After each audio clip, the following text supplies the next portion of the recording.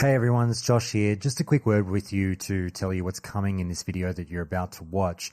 Now, the first hour is some pretty generic chat about the upcoming Fresh Classic servers, so please do enjoy that. And it's after that where we get into about 2 hours worth of talk about the importance of some gear and items in WoW Classic Fresh that might have changed given the 12-month cadence of the rollout. So I really do hope you enjoy the conversation that's coming. Just a shout out as well for myself.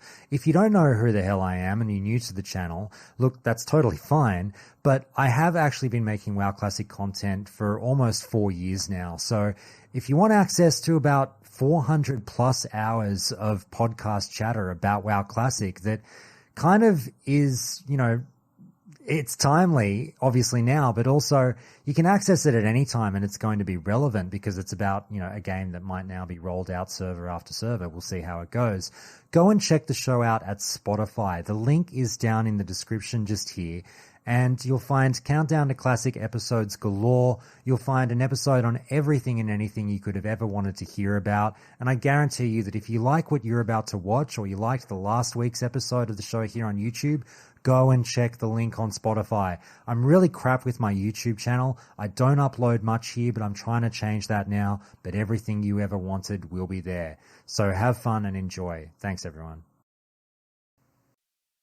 We just got some really big news about Classic Fresh again this morning for me, Australia time. And I mean, that's a couple of really big announcements within a week. This is all happening so quickly. We didn't even know that Classic Fresh was really coming until like 6 or 7 days ago. And now not only is the beta already here, but now we're getting more details, which is really great because people were clamoring for more details. We didn't sort of get a time that the beta was starting up, even though people's guesstimates were just about right. But other things like what the fuck is happening with the loot? What the fuck is happening with the PvP system? What's happening with the AQ race? So many things that we need to know on a 12-month truncated server that we were kind of just being ghosted on. It just got this huge thing dumped on us news-wise, and then Blizzard walked away. Well, good news is they came back pretty quickly with some communication, which is a pleasant surprise from Blizzard, and it's something that we should definitely dive into. Guys, we're going to get into in this chat a deep dive on a lot of the gear that will have much more significance in Classic Fresh if, and a big if, the difficulty has been ramped up for this version of the game. But just before we get there, I do want to tear through this news that we got. And I'll welcome our guests as well. And I'm so happy to have him back. I listened through again the episode from last week, and the really nice comments came through straight away from people in the Countdown Discord and random people listening along on YouTube. North, mate, you hit it out of the park. I couldn't be happier to talk to you about this stuff yet again. Welcome back. Two podcasts in a row for the first time in God knows how long. People aren't shouting me down in the replies section anymore. We're back, baby. Let's go. It's so funny because I remember some of the reactions you used to get early on your Countdown appearances, and now it seems like people have really warmed up to you, and I'm really glad because they're finally drinking the Kool-Aid that I was serving out all that time about you. I've been the man of the people this whole time. The people just weren't ready for me yet, right? They thought they didn't, but they did. Very good. And I'm so happy to have this person back after we haven't spoken to him for a while, but, he and I have definitely touched base in other places while he hasn't been on the show. Our old good friend, so good to say this again. Welcome back, Ayle. How are you, mate? Doing good. I guess I've been abandoned since he quit TBC, and I've been off in TBC land, so... Oh, please. All these outrageous allegations you've been throwing at me privately about running off with another man in Hunk as we play Final Fantasy XIV together. I never stop thinking about you as well, baby. You know it. Mm-hmm. And joining us as well, I'm so happy to have another return caller. And it's been even longer, I think, since this person's been on the show. TianSG, how are you, mate? Doing great, man. Yeah, Fresh has got my blood pumping again, so glad to be here. Very, very happy to have you. Now, look, guys, let's really quickly get into this blue post that we got today. And look, it is something that gave us a lot of really pertinent information because I think the biggest question over the last few days of radio silence from Blizzard has been about the loot. What's happening? Surely we're getting double drop rates, right? No, we shouldn't get double drop rates. Keep the game hard. It's all good. People are very, very split on this. It's a very divisive issue. North came in really hot with a great point on it in the last episode of the show. He swayed me to his argument. I was, sort of... And apparently I swayed Blizzard to the argument as well, because prior to that, they hadn't made an announcement.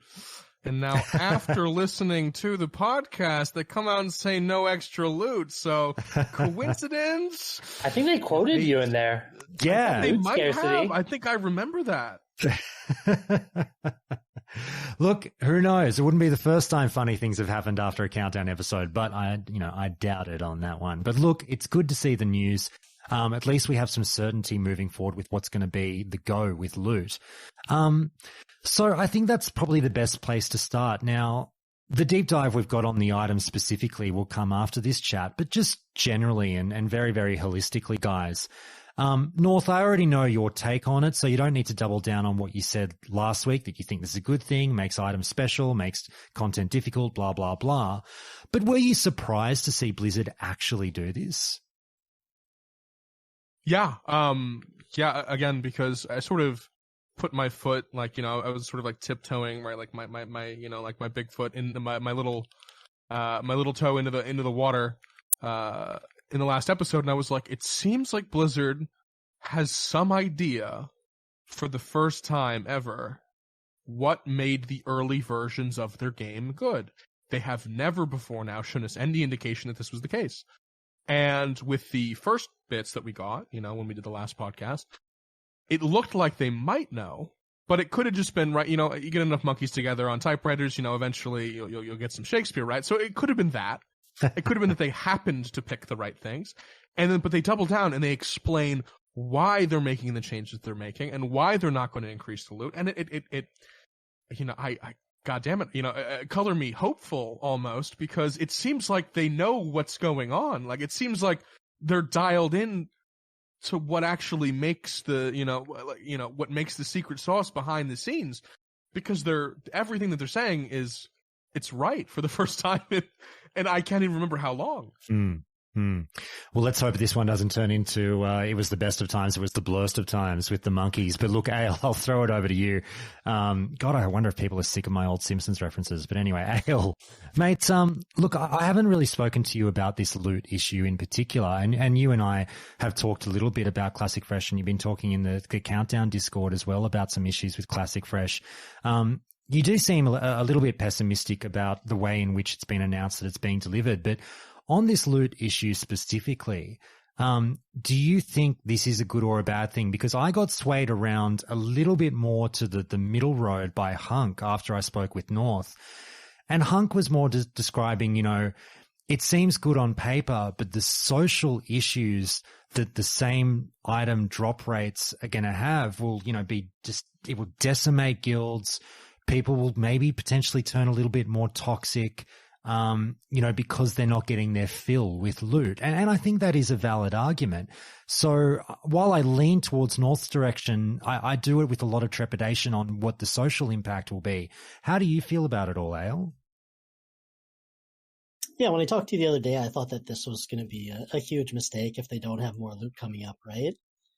After seeing their blue post today, though, I've actually kind of come over a bit to the other side. I know this probably isn't going to be great for you to hear, but the fact that they said specifically that they want the loot to be more scarce. They want scarcity to be part of it. They want loot to be harder to get, where I thought it was something they hadn't even considered. I mean, I'm more on board with it after that announcement, to be honest. Very good. That's interesting to hear. And Tim, I'll get you to round us out on this one because, Ayle and North are rather, I think it's fair to say they're pretty fucking hardcore players. Tim, you lean a little bit more in my direction of you're a little bit more hardcore than me, but we still probably somewhat tag ourselves as casuals. How does this announcement work for you? And when Ayle points that out, what does it mean to you when I say something like the word epic could actually mean epic again? Yeah, and I mean, I think I definitely would fall more on the side. I'll be honest, I don't care either way. This time around, I'm not planning on really rating all that much. So I'm just interested to see how to play it out. But I think Ayle hit it on the head that the fact that this time around it feels like they have a motto, they have a thing that a design, what they call it in the blue post, but like they have a design philosophy that they're going for. And as Ayle said, they are saying, we want this for a specific reason. This isn't just because a lot of the classic choices were, sort of along no changes. We're just going to leave things as they are because we don't want to ruffle feathers as much as we can. And then a lot of like the TBC changes were sort of this weird, some changes, guys, but there didn't seem to be, it was like, okay, there's level boosts and then there's, changing the paladin things. We're going to change, but this feels, as Ayle pointed out, like they have a purpose in mind. Whether or not it's going to work out, I don't know, but at least it seems refreshing that they have a plan. And really important, they're communicating this plan really early. True. Well, that's the one thing. Yeah, sorry, you go North. I think the intentionality is really important because, I mean, Josh, I'm sure you remember when we were in discussions early on, maybe a few years ago about, right, like no changes versus changes. In a lot of those discussions, we were always talking about, even back then, should we try and, right, like, should it be no changes to the feeling of the game or should it be literally no changes? And this feels like they're coming at it with the intentionality, trying to recreate old dynamics in the game where when you would go look and you saw someone with a mind quickening gem in full tier 2, you were like, oh fuck, that guy's important because his guild gave him all the gear, right? Like there was, the scarcity was part of what made things cool. When you saw a person in that full set, you were like, oh, damn. Very good. And on that point, I guess just to wind up on this one for the group, whoever wants to answer this, I applaud that along with you guys. The one thing I sort of cheekily laugh at a little bit in jest is we're standing here applauding Blizzard for, setting down design philosophies. They've got these two pillars that they've now planted in the ground for WoW Classic Fresh. Number one, speed things up in the way of a 12-month server. So every design choice is, does this get us to 12 months? And number two is difficulty. Make this game difficult. Every design decision, or, most of the design decisions is, does this help increase the difficulty of the game? If yes, then it's in. If no, then maybe we can leave it. So they've planted their two poles in the ground and they're working around that. And people are saying, that's great. They've got a vision and, other voices be damned. They're going for it and they'll push for that vision. That's great in this instance, but I can't help but think of retail World of Warcraft as well, where they've kind of been, held to the flame in the past for that behavior, where Blizzard sticks to Blizzard's ideals and doesn't listen to the player base. And yet here we are applauding it when they do it in a different regard. Tell me if I'm stupid for saying that. I just sort of had a quick laugh about it. Or is this a completely different scenario that they can avoid the flack? I think the problem is, right, when you get down to it, right, like players sometimes know what they want, but more often than not, and almost I think in most cases, legitimately players cannot see the bigger picture. I think it's very hard for a player to see the bigger picture, and I think it's hard for everyone to see a bigger picture, right? So when devs say, and when Blizzard said, you think you do, but you don't, right? I think that idea, as much as it sits bad in people's mouths and their heads and their minds and their hearts, that is true. Right? So many things about, right, like so many things about even Classic's implementation you can look to, and you can easily see that idea repeated. People thought they wanted batching, but they didn't, right? That was so easy. And I even brought it up when we had those podcasts back then. Like, there are legitimately things where people think that they want a thing and they don't. People think that they want flying mounts a lot of the time, right? It's a fun, cool thing, but in reality, in most cases, in terms of how it affects the world, they do not actually want it. They want TBC, but they don't want the things that make TBC bad and the things that make other versions of the game bad. So, right, yes, on the one hand, you should try and incorporate the things the community gets right, but you shouldn't just blindly listen to them. So I think that it's right. Like, I will always applaud Blizzard for sticking to what they think is right, even if some people are shouting it down, because ultimately that's the only way you get a good game. That's the only way you get good of any kind of piece of art. You can't just have it be a decision left to 10,000 people, right? Too many cooks in the kitchen is a very valid criticism of any piece of produced good ever, right? Like, if you have too many opinions, you can't possibly appeal to everyone, and in doing so, you'll end up appealing to no one, I think. So is that a viewpoint, though, North, out of interest, that does apply to any instance? Like, when you get all the retail players, and again, guys, I don't play retail, so I don't really know. I'm just paraphrasing the things I think I've heard over the last couple of years. When you get players come out almost, rioting over things like Titan forging or whatever the fuck other systems they don't like in retail, that they lobby time and time again. Well, yeah, yeah. But when they lobby and lobby and lobby against Blizzard to change systems in the game because they don't deem them to be fun, and Blizzard says, no, you just don't understand what fun is, effectively. And I'm unfairly paraphrasing Blizzard there, but you know what I mean. Do you think it still applies? I don't think it applies in that situation, right? Because they haven't seen it tested, right? And so you'll have this situation in which people are very, you think you do, but you don't, with world buffs. And they're like, well, I want the choice. I want the option. This is the way that I want to play the game. And I think that I should have the ability to play it. In reality, right? And like per the discussion we had last week, it affects the ecosystem of the game in a way that you can't take back. But if they try it and it fails, right? And you take stock of why it fails, and you look at the metrics, and you look at why, and you look at the feedback, and you look at the responses, right? And it's obvious that the system is failing, nix it, right? But in the effort to introduce the thing, I don't think when Titan forging hadn't been tried, and they were like, hey, we think this is an interesting mechanic. We think that this will maybe increase the variety and loot in a way that we don't need to, create as many items, and there can be like some dynamic RNG to what is good. Maybe there are reasons on paper why it sounds really good, and they absolutely should try it. Does that mean they should never change? Of course not, right? But in this case, right, they haven't tried what they're trying, right? And what it sounds like is it sounds good on paper. They should stick to those guns and see it implemented. My biggest problem, right, like for instance with New World, right? Like in New World's alpha, it very much was that way, right? It was like, metrics or right, like popular mechanics be damned, we're going to make a sandbox game. And then Amazon opened up the floodgates to responses, right? And there were some valid criticisms, and there were some invalid criticisms. And they began to cater to, in my mind, what are some of the invalid criticisms? And you get a game that's watered down and doesn't have a real design philosophy or idea in mind. It's just, oh, well, I want to mitigate bad opportunities and bad actions and bad this and bad that. And you mitigate every single possibility that could potentially negatively impact the game until you've negated every possibility in the game. And you're left with a shell, right? Yeah. Fair enough.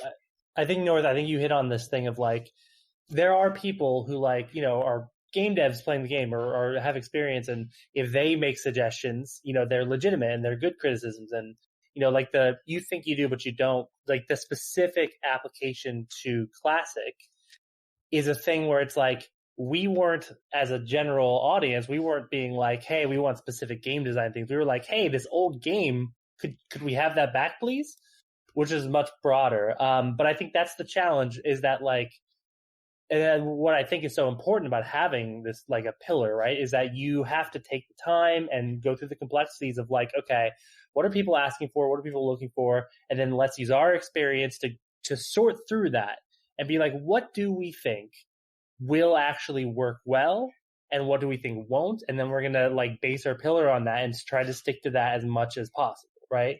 It's sort of what North's talking about. If it's like, you can't just listen to everything, because a lot of the biggest things, the biggest criticisms of WoW, whether it's, looking for raid or level boost or flying mounts or are things that the players ask for. And then it turns out, oh, actually that changes the game in ways people didn't intend. So it's tough. It's complicated, but yeah, I do think there is a certain degree of, it's important for them to know what they're doing, and to sometimes drown out some of the louder voices that complain, for sure. Yeah, and I think it's so easy to make those mistakes, right? Because, right, like ultimately, I think it's an easy path to get to where retail went to. Because, for instance, a very popular decision that I'm often lambasted for sort of reveling against is flying mounts. But I don't think the people who implemented flying mounts are stupid or particularly bad at designing MMOs or evil in some way. I think it's just a really complex issue where you don't think of all the things. And then there are a couple of solutions to the problem, but then you go the other way and you're like, well, you could just have people knock each other off of flying mounts, and that would make the dynamic a little worse potentially for people who just want to be peaceful, and you go in that bucket. And then it's peaceful, and then it's interaction, right? And interactivity just goes further and further and further away in your social atmosphere. And so you sacrifice that. Did they think of every single moving part that would be affected by them, changing the dynamics of how people move through zones on a Z axis, right? I don't think so, right? And so ultimately, do I think that that's their fault? Yes, but right, like, are they bad or evil or somehow, right, like wrong for it? Not necessarily, because it's a really hard thing to think about, and you can only really see it and then correct from it. And people loved it when it came out, so it's then hard to correct from it, right? Ayle, I'll get you to finish us up on this point of kind of Blizzard sticking to their guns with their ideas for WoW Classic Fresh via this blue post, because you've certainly said as well to me and in the Countdown Discord that, you know, you were wary that could this be another instance of almost like a pseudo you think you do, but you don't, in terms of the gamers who are excited for WoW Classic Fresh, you know, in this world of a survey gets sent out and they vote on the things that they want, a la Jagex and, you know, RuneScape and things like that. Are they just saying shit without actually thinking of, you know, the methodology or the repercussions behind their choices? You were worried that this could be an instance. Have you seen anything via this blue post that has changed your minds at all on that? Or do you think that we very well might be getting into dangerous territory? I mean, I definitely like that they have a very, like, at least thought out plan, or, you know, they have everything in their mind how they want, right? I'm still worried that the players don't exactly know what they're getting into. I know that, at least for my guild, and I can only, of course, speak personally on this, people said they wanted progression, but we've had more people quit in like T5 than throughout all of anything. And this guild's been together since the start of Classic, and we've probably turned over like 15 people in T5. So I don't know if that's burnout all from progression, but I just wonder how many people are actually going to enjoy, you know, so much progression and the difficulty that's going to be added. I know there's even people in my guild. There's a mix. There's some people who are happy for it, but there's some people who are like, you know what? I kind of want to go back to doing the like quick raids with world buffs where we just smash it out. Everybody gets loot and we're all happy, right? I completely agree with you. And it's one of my biggest, I don't want to call it a concern. It's more like one of my most, interesting thoughts when it comes to WoW Classic Fresh is that, and I've thought about this a lot over the last few days, and I've talked about it with a bunch of people.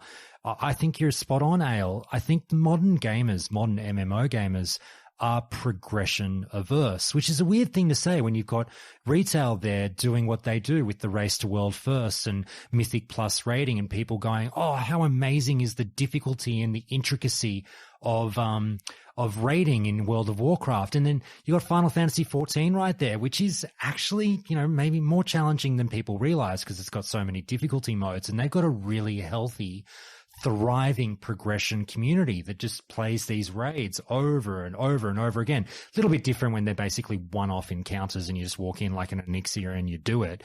But, you know, progression is a thing and it is part of the game and people enjoy that. However, I have been a little bit surprised with what we're seeing now in Phase 2 in TBC, and Ayle was telling me earlier, very well might be the case that TBC's population really is starting to struggle and take a bit of a hit, and it might go hand in hand with this ask of the community to now progress like they did back in the day. Here's your first hit of some actual challenging content that is pushing guilds and asking them to do what it takes to get to the next level. And a lot of the private server players that have just, you know, walked through WoW Classic for many years with world buffs and whatnot and just done it for a bit of fun as a snooze fest are now having to question themselves of, you know, how far do I really want to take this? Do I get a kick out of hours and hours of wiping per night with my friends for no reward in the interest of just getting the boss down a few more percentage points, getting better as a group and, as we say, progressing? I think 2021 WoW players are far less open to that concept.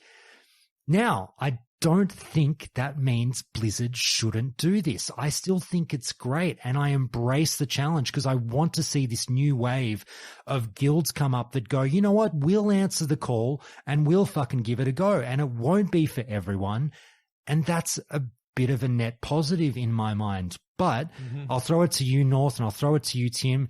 Do you agree with Ayle and myself that modern gaming, for some reason, or maybe modern WoW gaming, just has a lot of players that go progression. Fuck that. I think the issue with, right, like I think the issue that people are having, especially with TBC, is that when you are hitting a wall like this, largely the avenues to improve come down to, and this is like I'm not trying to hurt anyone's feelings, right? It comes down to people not being able to do relatively simple tasks, right? It's not, in most cases, it's not a gear difference. It's not, some kind of lack of consumable, right? Because all these things are fairly easy to farm on TBC, and it's not like you need to be chain popping destruction pots for specific classes to be especially viable, right? So I think the issue is that, right, like you coupled with this fact, right, that it's individual responsibility that you kind of can't iron out. There's no real solution to it other than the people to, wake up and start pressing their buttons, right? It's the only real content in the game. Most people don't play Arena. At least not like at a competitive level, right? So the only thing that they're left with in TPC is PvE, right? And the only PvE that's viable or that's really interesting to people is not the thing that they've been doing for 7, gajillion lockouts beforehand. It's the new content. And if they can't get it down, and it's largely due to player mistakes, and there's no like, oh, I can't like farm more consumes from my raid, or we can't like, try harder by popping more resist pots, right? There's no other avenue to improve other than just sitting and grinding against the boss when they feel that they're doing the things that they need to do for their guild to succeed, and they can't, and that's the only avenue to play the game. You don't really need to do 5-mans, you don't really need to go farm consumes out in the world because so many people are buying gold, or you could just do your dailies, so such that, right, like there's very little world PvP, there's no reasons to go out in the world and do things, you just show up to your raid, and then the raid that you show up to, you can't even kill everything. I think that's the problem, right? The one thing that you do, you can't even do it well, and so you quit, right? I think Classic doesn't suffer from that as much. I do think people are progression averse, but I think that when you can have other avenues, like that you can improve outside of raid, like making sure that everyone has the resist pots forming and handing them out and like doing real communal guild shit in order to improve, I think people will like that. And I think ultimately the atmosphere provided by those changes and that even that pushes some of the more casual or progression averse people out of the game, I think that will reward the game, because I think ultimately you get less toxic people in the game because they're not as, oh, I need to push this button for dopamine, and if this doesn't push and I don't get loot this week, then I'm out. If I don't get this week, then I'm out. If we don't kill every single boss and no one dies, then I'm out, right? Like, it's a lot, I think, more forgiving in terms of culture when you allow for deaths and you allow for mistakes and you allow for progression in the game, and I think that it makes it just so much of a better atmosphere, personally. Okay. Tim, I'll get you to round us out on this one and just throw in, as an addition to what North just said, I think part of the reason why people are either not pressing their buttons or not doing simple tasks, as North puts it, during a raid, is that World of Warcraft Classic players, I don't think it's a crude summation to sort of say that because we are so, ensconced with passes and this, being the best mentality,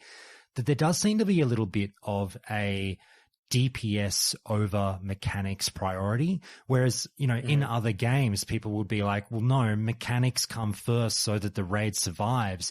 And then you try and do the best DPS you can do whilst prioritizing, clicking the orb on Magtheridon or whatever it might be, right? Whereas in a 40-man WoW raid, you kind of get the Spider-Man meme where no one presses the button they were supposed to press, and there were 10 people that could have pressed it, and they're all pointing at each other going, well, why didn't you press it? Well, I was busy pumping. You know what I mean? Oh, yeah. No. The number one reason, I don't have any stats to back this up, but the number one reason I felt of our raid wipes in Classic was threat pulling, especially in the first 5 seconds.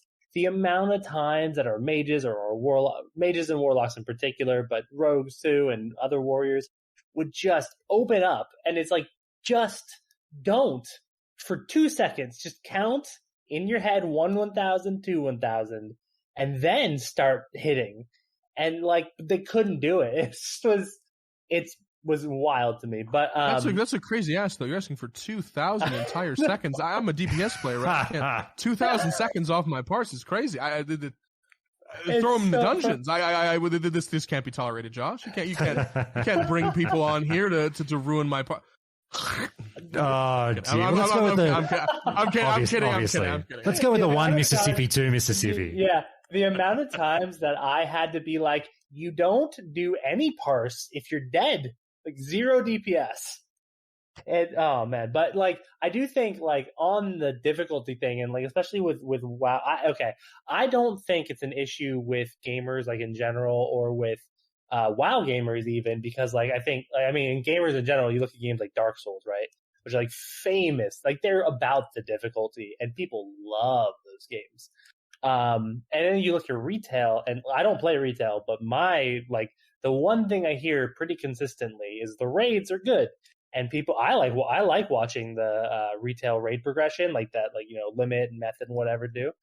It's fun to watch. It looks very challenging, and I can barely follow anything that happens. It's like watching somebody do like Through the Fire and Flames on like highest difficulty in Guitar Hero. But when it comes, I think WoW Classic and TBC Classic players I think it's a training thing where I think when you just hear for years before Classic came out how easy the raiding is, how easy the bosses are, that people are gonna and then that was true, like especially in terms of like progression, like hot like speedrunning guilds, like I was shocked at how fast they were able to clear MC. I think it was 4 days after launch. Even though like everyone knew MC was easy and BWL was easy, and even like AQ40 got wrecked. Like Nax, I think was like, wow, that really threw some guilds off. It took them almost 3 hours the first time they walked in there. So like it is easy, but I think what happens then is that filters out, right? And it filters out in this way where it's like then everybody walks into these places and they do think it's going to be easy. And when you go into a mindset thinking we should roll pretty easily through most of this, and then you start struggling, that's a lot harder to deal with, right? Whereas if you go in with a mindset like retail players do, I'd imagine if you go into like Mythic Plus, you go in with like, hey, we're going to struggle. It's going to be really difficult. So when you wipe a number of times, you're like, yeah, this is what I signed up for. So I think it's that Classic players have been trained to believe that like everything should be a walk. And I know we in our guild in Countdown like definitely dealt with some issues when we got, because we're casual-ish sort of guild. And when we got into Nax in particular, we struggled on a number of bosses. It was not a cakewalk for us at all. And it definitely put us in a spot. Like there were some people who really, really did not have a good time with that. So yeah, I think it's more of a thing about Classic players because they're just used to.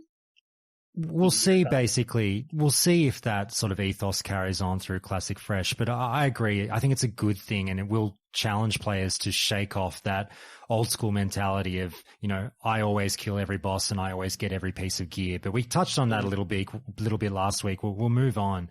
And I'll just clean up sort of, we don't have enough time to sort of go through a bunch of other stuff I'd love to go through now, but the rest of the blue post, guys, look, Ayle, I'll just say real quick, on the world buffs thing, a lot of people very, very vocal, very, very upset that, world buffs weren't going to be in this version of the game.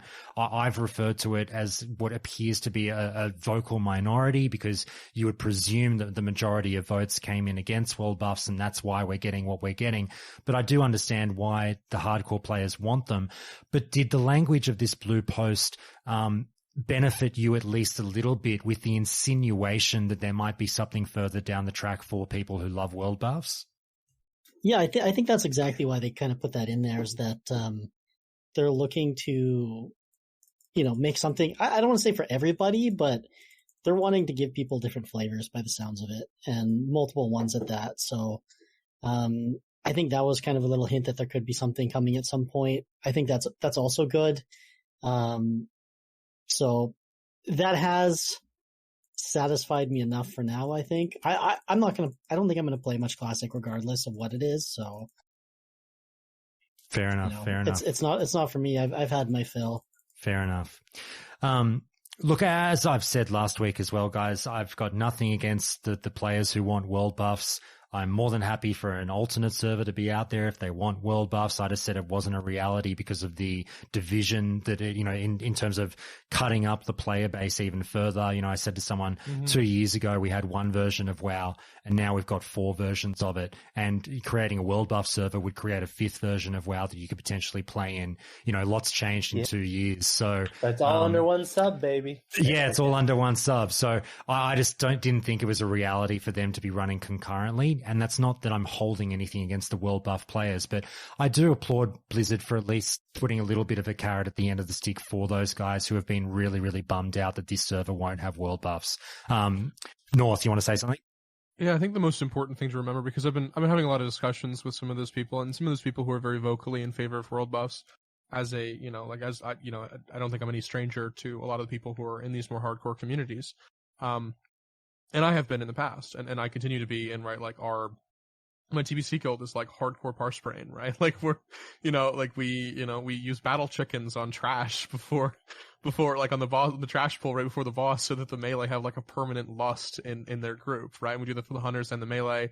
We whip out Arcanite Dragonlings before the boss for the Fire Warlocks, even though they're only level 60. It's bugged right now and they barely hit the buff, right? But like we do that stuff and we like doing that stuff. But I think that and a lot of the world buff players that I've talked to have sort of parroted this line to me where they're saying, hey, well, if you wanted to play like that on Classic, you could have done this. This was a possible thing. You could have just chosen not to have world buffs, and now you're depriving me of my choice. And while it's true that we're depriving the world buff players of their choice to have world buffs, I think that it's important to remember it never really was a choice for most people. You couldn't find a roster of 40 people who wanted not to be efficient in that way, because you're potentially losing gear and then you're being less competitive with everyone else.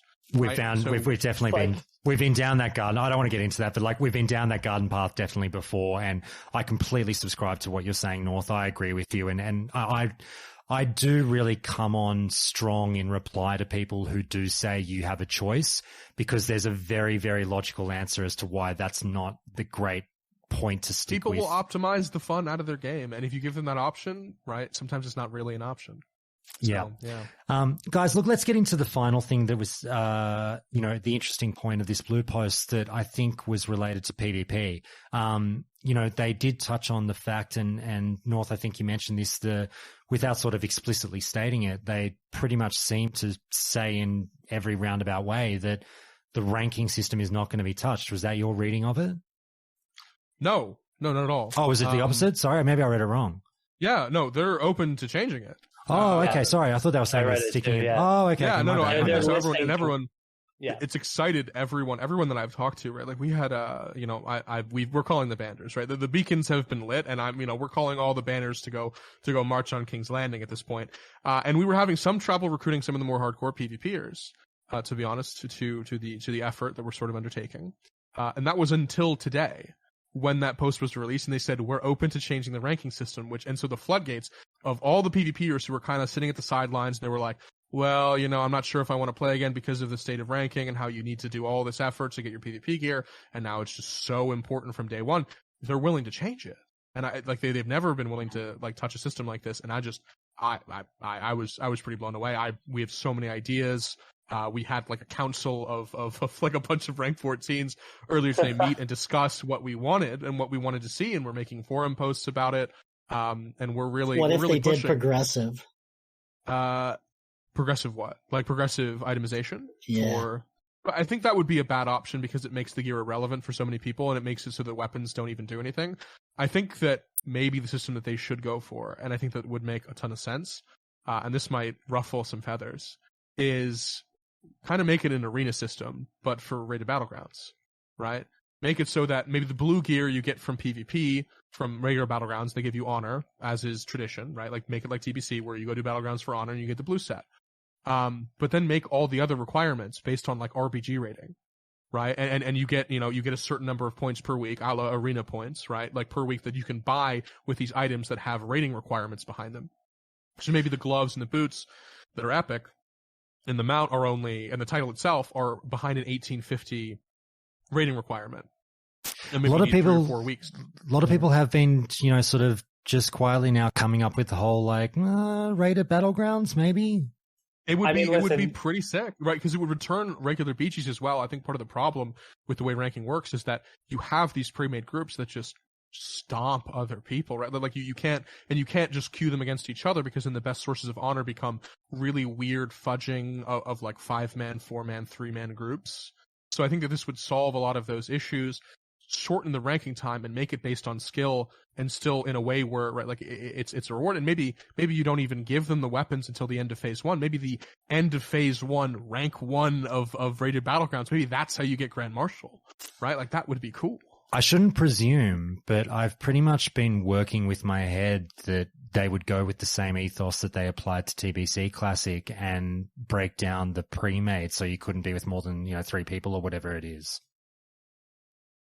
And that would be interesting if they did that in regular battlegrounds, so that there would be no like, where like you didn't have to have an RBG system. It's not like a solo queue where you have 3 people, and like proper rated battlegrounds become, oh, it's 10 versus 10, it's 15 versus 15.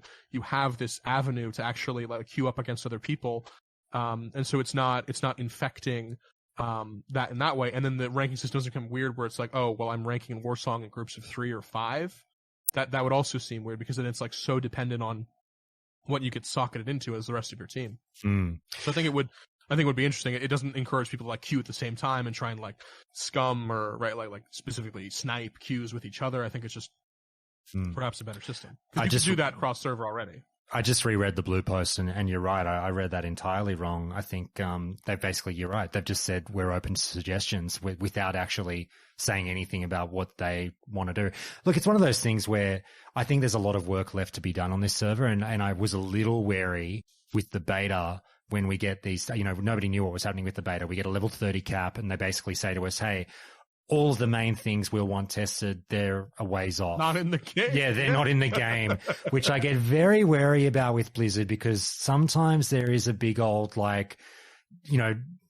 announce or drop now and work on the meat of it later, which I'm just a bit like, oh, anyway, we'll see. Look, final thing from the blue post, Chrono Boon Displacer will be in the game. A few people were asking about that. Even though world buffs won't be in raids, world buffs are still a thing. They might be more relevant than ever in terms of world bosses. And look, that might be, just off the cuff, guys, anyone just real quick want to shout out, when are people going to want to collect world buffs in this game? Is it basically get your Chrono Boon, get all your world buffs, pop them, save them, and then use them on a world boss, or for your city raids, or what?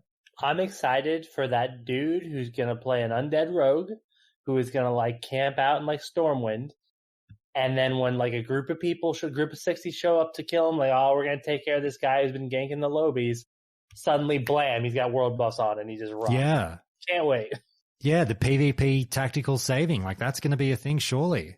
That would be really fun. I think it would be really interesting, especially for things like Crater, because with these changes, with the potential buff limit either increased or almost entirely removed effectively, the set bonus from Devilsaur becomes very effective, especially in phase 1 prior to ranking gear for both rogues and warriors, which should still be the top DPS-ers, right? So Devilsaur becomes really important again, and you have these fights that are happening down in Agora Crater. What really limits you using world buffs there is how long you're spending there. Typically, you're spending a few hours there, so you can't go and refresh all the time. You're kind of staking out your position. But if someone comes along and you've got a Chrono Boon, and it's like, oh, this is the real threat now, right? Unboon your buffs, and you're right, you're hitting the Super Saiyan mode, you're going full power, right? You're 30% crit as a mage out in the world, and you're like, it's time to fucking die, right? So I think it could be very interesting. Could be kind of toxic for Pyro mages though, because they could just, log out with the Chrono Boon cooldown and then wait until it's off and then go activate, right? People throw a Palm Pyro at someone and then restore their buffs and then log out for 2 more hours. I don't know. People are going to do weird stuff with it. People are going to run around with a pocket priest or pocket shaman, not so much for healing anymore, but to purge or dispel the people you're fighting who just pop their Chrono Boons. Ayle, I know you're not planning on playing Classic Fresh much at all, but, this concept to you, would you be the kind of player that would run around and save your world buffs for the right moment out in the open world? Probably not. It's tough for me to think of anything that would interest me with that. I think I'd probably just try to get as much effort out of leveling with them as I could, but I guess by the time people are killing the bosses, they can drop the buffs. You're not going to be doing much leveling, so yeah, I don't know. Fair enough. That's a very good point. When do you get Chrono Boon. That's from I never actually got it, but that's like in Western Quest in Plaguelands, yeah. Right. Oh, because I was thinking like if you're leveling up and you could have one, that would actually be pretty cool. If you're like, because sometimes you're just standing in the major city and you get like if you're an org, you get like a rend and an Well, Oni. you can sell them on the auction house, so yeah, you could buy them. Oh, you can. Sure. Oh, okay. I can't remember if there's a 60 cap on it or not. I will or check right now. I don't believe that there is. There could be though. Let's check. Chrono Boon. Because if there wasn't, that'd be really cool to like you save it because you've got no level requirement. Ooh, I love it. Right, so now they're getting sold to low-level players to level. So they could get added to low-level players. Drinks, man. And if they're going to be out on that would be interesting. That would be very interesting. I think it's a good change as well, ultimately, because I think most people don't see it as particularly useful. World buffs would be entirely sort of niche if they, if there was no Chrono Boon, because it'd say, okay, well, I can use these out in the world, but am I really going to drop ahead before I go to Azure Ghost? No, you're going to summon to Azure Ghost as soon as possible. You're not going to alert to people to have these things. But if you have a Chrono Boon, right, you can save your buffs and you can go and gank wherever you want and do whatever you want and not like have to log out with these buffs still, right? So you get all those advantages of that, and it still encourages you to go and really retrieve a lot of world buffs. You're still out in the world. You're still going to go get that Songflower, right? So there's still other people in Felwood that could interrupt you. You're still going to go get those DM tribute buffs because there are people that could come and fuck with you. So these sort of dynamics, people are like, well, this kills the world. Well, people are still going to do it. They're going to do it less, right? Which is probably better for the game ultimately. But those dynamics will still be at play. And I think that that's a really helpful thing because people have a real reason to go and get these to preserve them for power out in the world in 1v1s, in world content, when farming elementals or whatever it is that you happen to farm and farming Devilstorm maybe. And so I think it preserves some of those things and even kind of adjusts it and sort of nudges it into more players' hands in the content that they're going to enjoy it having it more, I think. Could be interesting. For me, as somebody who I love the leveling process. That's what I like to play for, and I'm much more casual. And I'm just thinking of that would be really cool. You're level 25 or whatever, and an Ani head drop, a run drop, whatever, and you can save it. And then you save it, and then you're going along, and there's some quest to kill an elite mob that's you just can't get a group for, and you go, you know what?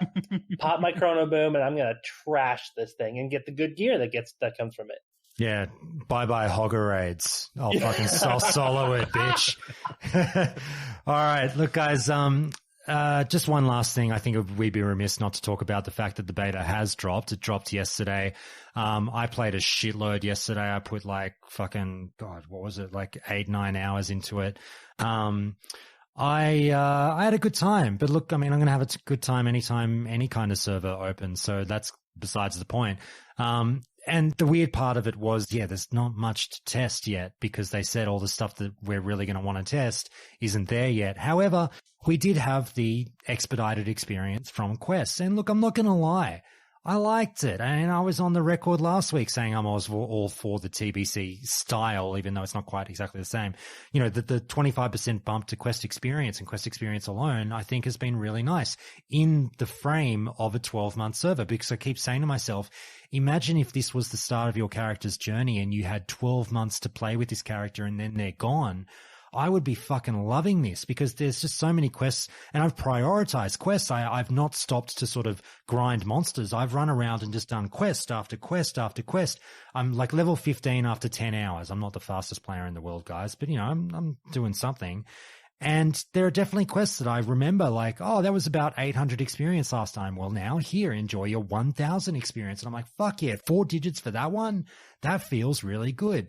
And I don't know, I've just enjoyed it. North, how have you gone with it so far? I think it's brilliant. Honestly, I really think that it's brilliant. It's encouraged us to do different things and be really creative with our leveling routes, where we weren't before, because now, right, we're going to have this focus I talked about on the last podcast. We're going to go PvP early on. But even, right, we want to level up quickly to go and do that. And so we're thinking about leveling instead of a 2-man, right, maybe maybe a 3-man. And so before, right, a 3-man was very, very inadvisable, especially at early levels, because a lot of classes are bad. We were used to run double mage, and so double mage is really, really strong at leveling, obviously. But just the breakpoints in XP, you just have to grind so many mobs early on because there aren't more zones to pick. You're right, you're sitting in your starting zone. You don't want to transfer to another starting zone because that'll just put you so far behind in the mindset of trying to go fast. And this has made it so much easier to run in a 3-man. And like you said, not really grind all that many mobs. We found new sort of avenues, new routes to use that repurposed quests that we used to skip because they were bad because they had too many drops in them. But we can like sort of incorporate some grinding, and then maybe there's a follow-up quest that then is then pretty easy, and then a boost to XP just makes it all the more worth it, right? And it just it feels a little bit smoother in a way that I think is very satisfying. Definitely. And I had an instance, again, I don't know if what I was doing was particularly efficient, but it felt nice, where I rolled a gnome mage, did all my stuff in, the gnome starting area, and then went over to Stormwind around level 11 once the quest started taking me there. And I just, even though I was going to go back to over, because I moved on to Loch Madan, I was like, you know what, I'm just going to fuck around Goldshear for a second. And I just started doing all the super low level quests around that area that ordinarily you'd skip. And I was just, getting good quest experience. Even though it's low, it was still like, feeling good. And I thought it would feel even better because the Alliance has a bit of a funky leveling process. But like, if I was back on my undead priests, you go through Tirisfal Glades, get to your level 10 or 11, then jump on the fucking, the Zeppelin to Orgrimmar, then go over and do a bunch of those level 6, 7, 8 quests in Durotar. I don't know. I just feel like there's a route there that, like you say, might actually be kind of efficient. And something that I think some people are oftentimes frustrated by in Classic is that you have this, and I've enjoyed this in the past, and I don't think it'll be fully removed, but you have this sort of system where, right, like you said, right, I think it's very indicative in Loch Madan, Westlands, Tirisfal, sort of the after the starting zone areas. It encourages you to go somewhere else, because you can't just quest straight through Loch Madan, right? There are the level 11, right, maybe the 10 to 13 quests, and then there are the level 16 sort of to 19 quests, and so you have to come back there. It's a similar thing with Darkshore, similar thing with really all of these zones. They sort of have a part 1 and a part 2. Yeah. I think this bleeds together the part 1 and part 2 in a way that's satisfying, right? It used to be that Darkshore, if you haven't tried it, so if you've been leveling on Alliance and you're going to Goldshire after you're going to Loch Madan, my friend, you should go to Darkshore, because Darkshore has so many quests. Oh yeah, It's very saturated with quests. The quest XP there is insane. And so this further sort of encourages that bleed between, are you going to do the level 18 quests in Darkshore because you can get them at a lower level? Is it worth it to do it now? Because maybe if you come back later, you're not going to get it. So you're not going to get this efficient sort of grind, do all the quests at my level, don't do the harder quests, and then come back, do that loop. It'll unlock a few more, but now maybe you complete the hard ones early and you skip entire sort of swaths of these areas because maybe you go into a dungeon, you do all the dungeon quests, and my God, the dungeon quests are increased 25%. Oh yeah, it's and gonna those be brilliant. Are ridiculous, right? You walk into you do every quest in gold mines, then in stockades. God forbid, my group is thinking about going to RFK as Alliance because we were like, look at all this fancy gear we can get to gank people level 35, and they're like, well, and we're like, well, the XP won't even be that bad, and we only have to send 2 people. Because there's a summoning stone, so we could send the 2 people who are further ahead naturally from class quests and whatnot. Maybe they lose, a couple bars of experience while we're grinding, but then they summon us, and then we're there in RFK. We get some quests done quick. We get some cool gear. I think it adds back to the ability to not, right? Like it lets us explore other avenues for the min-max, right? And I think that's what we've been missing, right? Is that the road to optimization has been paved with blood for so long, because it's right that there is one way. You will do the spell cleave or you will die, like you will suffer, right? Like, but now we're looking at other options. And I think that, I think that's so beautiful. I think that's so wonderful. I think it represents the potential revitalization of the things that make the game good that people don't often appreciate. It's what people expected going into Classic, that, exactly. You're at the level. Yeah. And recapture some of what made it good, and that speaks to their intentions, right? Like if they nerf spell cleave, I'll be so happy if they nerf spell cleave even at low levels. I don't want people farming dungeons, because that's not really what the game was good at, right? Like and trying to recapture this old feeling. Yeah, you might do a dungeon a couple times with your buds, but right, like if I can just go back, if I can do every dungeon while leveling, and that's efficient, if that's a good thing to do, and I have to find clever ways to get it even more efficient, that would be brilliant. And I would be so much happier for it. And I think everyone would be, because again, it's trying to recapture the old feeling, not the old mechanic, but the old feeling. Yeah, definitely. some of the points on killing off spell cleaving and mage boosting, we'll yet to see what happens there. North, your suggestion that you threw out there last week that, I've got to admit, I didn't hate. Some people hate it. I didn't hate it. Just absolutely murdering and butchering the experience that you get from mobs in a dungeon, I think is definitely one way to do it. Some people throw out the alternate ideas of, if you've got a person of a certain level higher than the others in the dungeon, then that's when you start to affect it or whatever. But, I really think that giving it such a vastly diminished experience rate or making it 0 isn't that crazy of an idea. And people were saying, well, that's bullshit. I like to go to dungeons to level, and I like to go to dungeons and play them with my friends. And a small part of me, I know everyone plays the game different, but a small part of me was like, who goes to dungeons to level? Like, we do the quests, but who's like grinding mobs over and over again? Like, let's do 3 Dead Mines runs and fucking look at that level go. I know spell cleaving's a thing. I get that. I would posit that, like, I do actually think that would not be great, only because of the fact that, like, especially later on, like early on when a ton of people are leveling, it's really not that big of a deal. But like for me personally, I will do dungeons, especially leveling up. I'll do dungeons more than once. Sometimes it's because there's some good gear I don't mind getting, but that's why you're there, isn't it? For the gear as opposed to the not mob necessarily experience. But it's nice that the dungeons give good XP as well, right? So I think that I think ultimately there's a solution, maybe that it's like, maybe you do it. Maybe you can do the dungeon a total of 5 times, and it gives you experience 5 times. But this is that's a complicated thing, right? Like, to then track the number of times you've done a dungeon, right? Like, you get into some tricky sort of mechanics there. Whereas I think this, right, if you drastically increased the amount of XP you got from quests, not just 30%, right? Maybe you doubled them, maybe you tripled them, maybe you fucking quadrupled them. Maybe it's a 10x XP per quest. So everyone is and everyone's like, well, I like to do dungeons with my friends while leveling up. Most people only do them once, right? Maybe you do them twice or 3 times, but it won't feel as bad to do it twice or 3 times if you got so much XP from the quest, right? It will feel a little counterintuitive, but ultimately I think that that's fine, because I think that farming those dungeons encourages more degeneracy and ultimately like deleterist degeneracy than the alternative solution, which is, right, like, it encourages everyone to do it at least once. It strongly encourages everyone to do it at least once. I think that's a better game than the alternative, right? The one issue, again, like, I think especially it comes into play later, like, if you're leveling, like, trying to level an alt, or if you're just joining later and there's less people out leveling, it's always kind of a challenge, to find, a group for things, but it's doable. For most of them as you go. Like, even on my server when I was leveling my alts, it was pretty doable without needing to boost. I think you're going to get a bigger issue of, like, I think you will still get a version of boosting that is just people on level 60 running their, alts or whatever through a dungeon just to do the quests, which I did once for the Scarlet Monastery quest on my rogue. Some warrior was just like, oh, I'm running one of my friends through, so anyone wants to join just for quests. I was like, yeah, I'll take that sword. So, but I think that could, if you take it out entirely, like take out XP, I would worry that, like, later on it would just be, if you're trying to level up, it would be nearly impossible to find an actual group for a dungeon while leveling.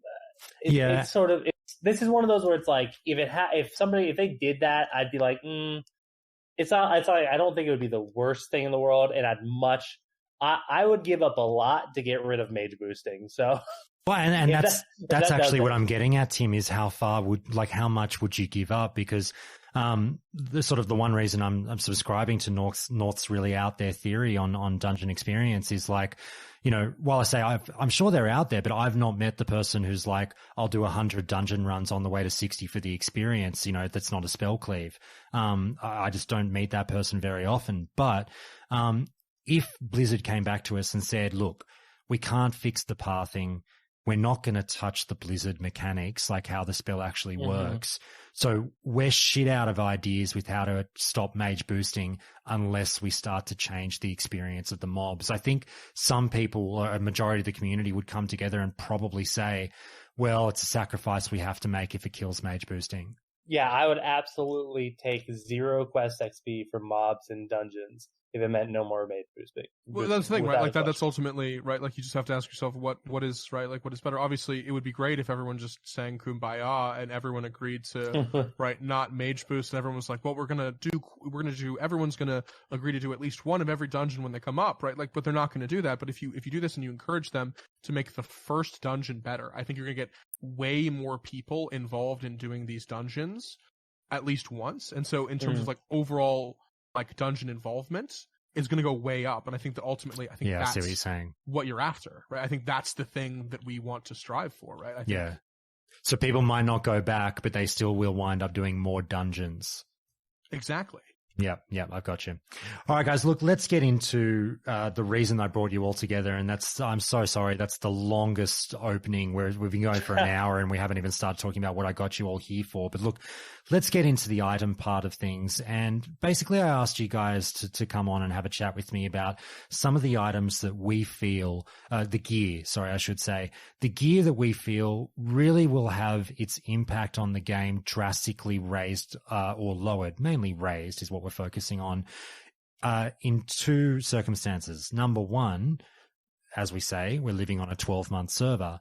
And number 2, most importantly, this is a hypothetical situation where Blizzard has actually successfully raised the difficulty of the game to be akin to what it was back in the day, whatever that might mean. Where just flat out progression for the average guild or even for the high profile guild becomes a thing. You are struggling now.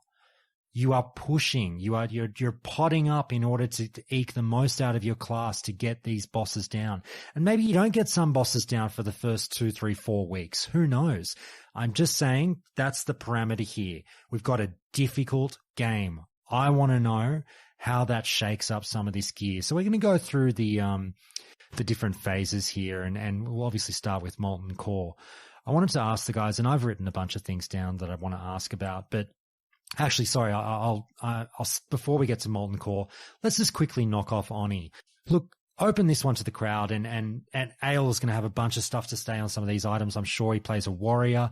North plays a mage. Tim, you play a warlock. We've got a variety of opinions here. Priest. I'm a priest now. Oh, sorry, you're a priest now. Of course. Changing my damage dealing rules. Look, Anixia, when I say something like Viscag, when I say something like, the Helm of Wrath completing warrior sets and things like that, why don't we just start with Viscag? I'm going to say a lot of dumb things during this chat, guys, about gear because, I'm not so well versed in it. But talk to me about why Viscag is potentially going to be even more desired now. And Viscag's a dagger, isn't it? I thought like combat swords would be the go in this scenario. Oh, is it a sword? It's a sword. Oh, sorry, I thought it was a dagger. My bad. No, but yeah, so it's I played a rogue, and that was one of the few swords that I had a real shot at in a raid, and that was my alt though, so I wasn't that disappointed. But yeah, it's a 5.73% drop chance. It's something that is so highly coveted amongst rogues. I mean, is the juice worth the squeeze? Is it that much of an upgrade of what else you can get around about this time period of the game? Absolutely. Yeah, Ayle, absolutely. Yeah, go for it. Yeah, and for like Alliance Fury Wars, it's it's really big for them too. I know at least us in Onslaught, we would do a crazy amount of splits just to get the Deathbringers and Viscags, right? So we were doing 13-man splits from pretty much the start because Oni was so easy. It'll be interesting to see how the difficulty ramps up in this, if that's going to even be possible. But if guilds are going to be able to do, certain split raids or things to try to get as much loot or not. But yeah, like on private server, I used Viscag in AQ because I had, on Alliance as a human warrior because there was so much competition, for swords, both with the rogues and all the other warrior zergs. So, getting a Viscag early on, like, not only are you going to be, DPS king if it's harder to get, but like fearsome in PvP too, because that thing hits really hard. Very good. What about something like, I do want to touch on tier sets eventually as well, but I'm bringing it in very early here because, if the game is difficult, it goes without saying that main tank and healer, items are going to be a big deal. Sure, DPS is important, but you want to keep your raid alive first and foremost. When the Helm of Wrath is available from Onyxia, and you're looking at, you guys can tell me if I'm wrong on this one, but tier 1, I could only really highlight the Shaman and the Warrior set bonuses as being like particularly important. And I mean like, high level important for clearing difficult content in tier 1. The Warrior 3, 5, and 8 set bonus, the Shaman 5 and 8 set bonus for the healing Shaman are all really, really huge. And something like the Helm of Wrath, which is like, yeah, it's a 19.47% chance drop rate. You're going to see it at some point, but getting that early one to then, get in and start completing 3-piece set bonuses early on when you're going through Molten Core would be huge. Wouldn't that be the case? I mean, that really depends on the difficulty of the content. I'm just going to hop in here because for a lot of people, Fury tanking was kind of the king for Classic, right? And yeah. Is the content going to be too difficult that it's going to nullify is it Fury gone? tanking? Yeah, is it gone? Because, people generally... I mean, they wouldn't really use Helm of Wrath too often. So, oh, okay. I think the other tier 2 pieces are big, like being able to get those in phase 1, specifically for like priests. I think is really good. I was gonna bring that up in the second area. Yeah, so like you can probably touch on that. I think the mage one is decent as well, North, right? Mage Helmet is very good. It's worse ultimately than Crimson Felt Hat for actual DPS. But for PvP, it's much better, and for depending on the length of the fight, the intellect and the spirit could outweigh the Crimson Felt. So, fair enough. Go for it, Tim. Talk about the price. Also, so first I wanted to point out another really rare piece of loot off of Ani that will be even more like rare is the Shard of the Scale, which is the MP5, the big MP5 one. So most of what I'm going to talk about loot wise from here on out is going to be healing stuff, since that's what I did. And that shard is phenomenal. Like it really doesn't get a lot better. It actually doesn't get better for, I think, every healer except for maybe Paladin until you get to Nax. And it's extraordinarily coveted, especially by Shaman, who always have the most mana issues. But Druids and Priests, it's phenomenal as well. The Dark Moon Fair card that you get that does the random proc is sort of in the same range, but obviously it's a bit RNG. So it's really valuable. So that one's going to be also heavily fought for by the healers. But for tier gear, so the tier 2 piece for Priest in particular is maybe one of the best set bonuses. I mean, a lot of the tier 2 bonuses are really good, but in terms of especially how this game might change in Fresh, so to give you an idea how powerful tier 2 priest gear is, 8 of 8 tier 2 was what pretty much every priest wore fighting Saffron, which obviously is second to last boss in the game and arguably the hardest boss in the game. Every priest wore that if they had it. And especially with the change to the buff cap, right? Like it used to be a problem with the way that actually interacted. The free renew was often something that you couldn't use on people. And so, right, you actually had to avoid using it. But now with the buff cap theoretically removed or extended and world buffs removed from raiding, it becomes exponentially more powerful. Yeah, same thing is true with the tier 2 helmet from Hunter, right? Hunters couldn't use the tier 2 8-piece, which increases ranged attack power. We were talking about it last time, right? That becomes that much more coveted. Maybe you don't have that many Hunters anyways, so maybe that's not that coveted. But you want that 8-piece for sure for optimal Hunter DPS, and so that becomes that much more powerful. I don't think the Mage gear especially changes, but I think that other pieces later on, you're going to alter what you want. Maybe it's not from Onyxia, but right, I think the biggest change, right, if you're handed a Viscag, if you're handed a Deathbringer, if you're Horde, for instance, I think the biggest thing that's going to change is you might actually shoot yourself in the foot with that. I think that could be one of the biggest changes, because you might not get another weapon for a very long time, because the rest of the raid might be using something very, very, weak in comparison. They might be still using a Thrash Blade. They might be using their Dol Rens. And so you enter into this weird dynamic where you might be handed a Mana Igniting Cord in Molten Core. That might mean that you're not going to get another belt for the rest of the game, because Mana Igniting Cord is very powerful, right? So that could mean that you're not getting it. The Cthulhu belt drops. You're not even remotely in contention, because how many Mana Igniting Cords have even dropped for your guild potentially, right? That is the dynamic that's at play here. I think that's what's interesting. Yeah, I'd say like if let's say you try to prioritize yourself high on Shard of the Scale as a healer, you're probably not getting a rejuve gem if you do that. So where do do you decide to like put a lot more value? Because like rejuve gems also low, jumping a little bit ahead to BWL, but yeah, it will be certainly interesting, and I think tier 2 drops off of Ani will probably be, I mean, that will be around the longest in terms of raids, that and MC, but they will still be pretty valuable. I mean, I know there were people who took a long time to get their tier 2 because there's only one, it's only one boss a week. So have you discussed any of like the really rough napkin map of just how much less loot there could potentially be? Well, no. I mean, why don't you touch on it now?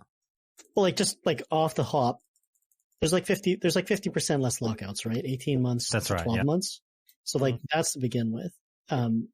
The difficulty, yeah, you can level a bit faster, but the difficulty as well is going to take away probably a ton of potential raids, either through, GKPs that the content was just easy to do with world buffs, or just guilds being able to do split raids. It kind of depends how hard it is.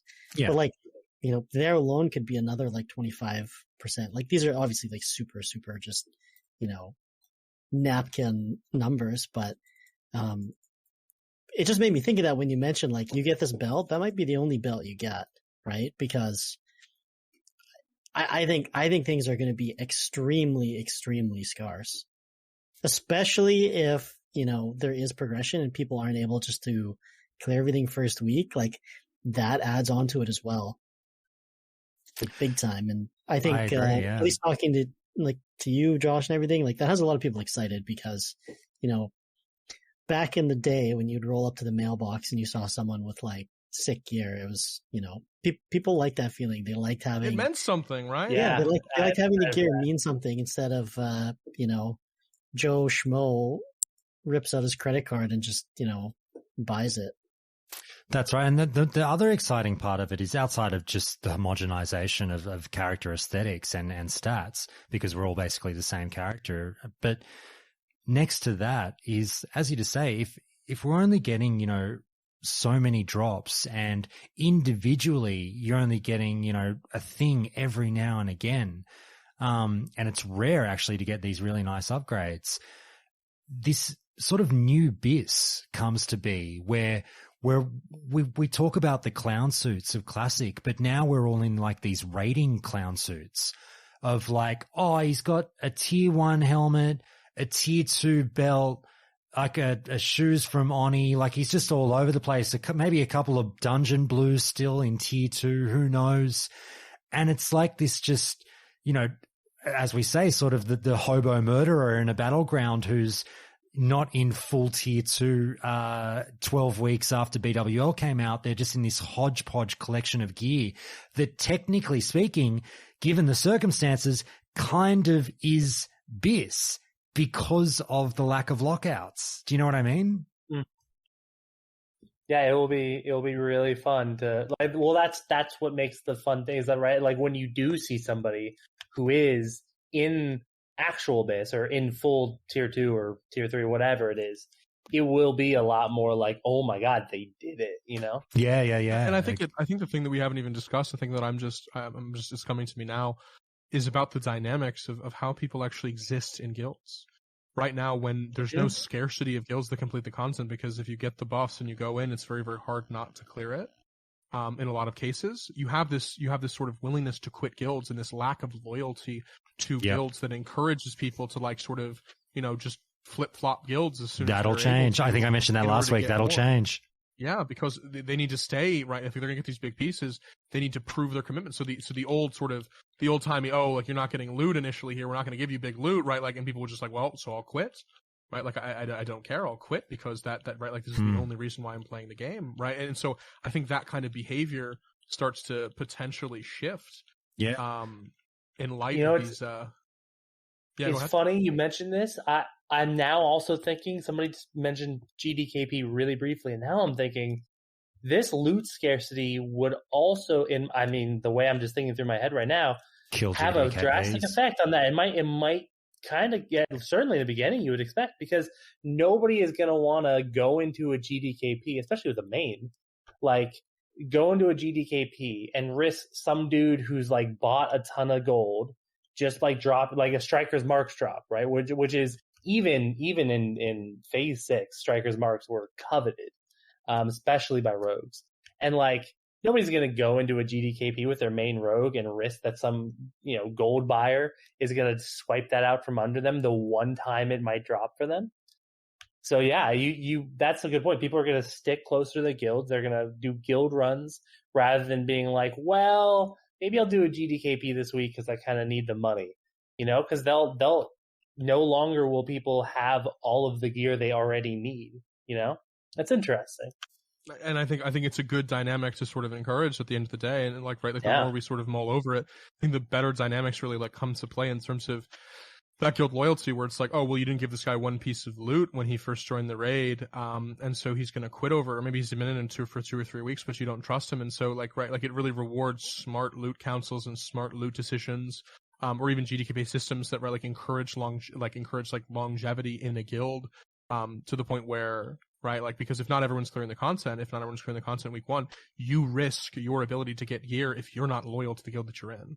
And maybe people need to recruit more because, there's more attrition and there's more players quitting as a result of the content being harder. But I don't think it's going to be so much harder that not everyone can clear it. I don't think it's going to be so much harder that everyone is going to really struggle in the way that they maybe struggled on like Vash and KT, for instance. I don't think they're going to, increase the difficulty beyond that, or even close to that, especially prior to AQ. I don't think it's really possible because the bosses are so mechanistically simple. So I think ultimately it'll come down to like, oh, well, can you clear it early? And can you clear later tiers? And are you going to clear it week 1, day 1? And so those kinds of things will encourage a kind of loyalty that we've been missing from older versions of the game and that have sort of sapped maybe some of the atmosphere that we were maybe used to back in the day. I disagree with you. I think people are not even going to clear MC. I think they're going to get to Rag. And I've seen old videos. Apparently, did you know there used to be another phase to Rag? Sons of Rag. Yeah. So we actually, if you were an early enough guild going in, you did see them. It was really funny because, when Grizzly went into, Molten Core, all the other guilds, so I think at that point, Progress, Onslaught, and Apes had all cleared it, so we were the 4th guild to clear it. And they had all cleared it with a minimum amount of gear, but we'd lost our guild master that week and on launch. And so we were kind of scrambling to do things. And so people were farming this instead of getting attuned and getting, the quest stuns and getting their reps done. So we had a very, very strong raid. So we almost didn't see suns the first time we cleared on day 5. Right. So how much harder could they possibly make it such that day 5 we're almost not seeing suns phase? Right, yeah, how much harder could they make it where that's going to be the case? But if they beefed up the Suns phase and they made it so the Suns, they come out, you see their 6-pack, it's the first thing you see the outline of their golden Chad hair in the distance, and they just one-shot your main tank, right? I'm all down for that. I'm down to clown, but that's not going to happen, right? It turns out all of his sons are just Baron Geddons. Yeah. Suddenly the bombs, they're like, oh my god. Well, I think that would be so I think that would be one of the most fun thing that I had thought of in terms of what they could change mechanistically was making it so that Baron put out 5 to 8 living bombs every time he made a living bomb. Wow, yeah. I think that would be so funny, and it would would be funny. It's not so much more complicated, right? Ultimately, it's not so much more complicated, right? But it is significantly more complicated, right? Because it's not just do one, right? And then you're encouraged to clear the whole room. Maybe you clear, right? Maybe you drag him back into Gar's room, like guilds used to do, so that you could spread out better, right? That would be so cool. But I that's the thing. I dream of elevators and 5 living bombs at a time. But the mechanics are out there. Give 10 of the 40 people living bomb and make them all run off to the left and stack on each other. And if one person isn't there that had living bomb, the raid wipes. Who knows? Actually, I was thinking if you do 5 and everyone has to spread out properly. Yeah. Also, you take into account that, hey, Noggin Fogger elixirs are a thing. Hope you brought some.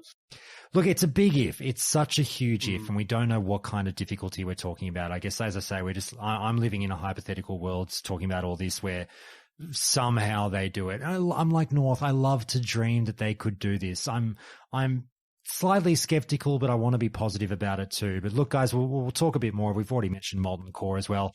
any items off the top of your heads? Because there's some that I definitely want to ask you about that again, pique my interest more than they would have in just a regular old fresh reroll, because I look at things like even some of the, you've mentioned things like Striker's Mark, we haven't even discussed like TOEP or, when I first got TOEP, it was a game changer for me. I just loved it. And that's a 7% drop rate. Yeah, granted, maybe less, I don't know, but from multiple bosses that can drop it. But I mean, that's a huge deal. Things like, whether or not you age core leather gloves. But anyway, I was also looking at things like your recipes, and we haven't even talked at all about this or thought about it much at all. I don't know, things like, if hunters now are a little bit better, things like, and again, guys, if I say anything stupid, I'm a casual. Please don't kill me. These guys will correct me, and they know much more about loot than I do. But things like Biznick's Accuroscope, the 3% hit for hunters at a less than 1% drop rate. Things like the spell power enchant for your weapon from Molten Core, like, aren't they a really fucking big deal now to get early?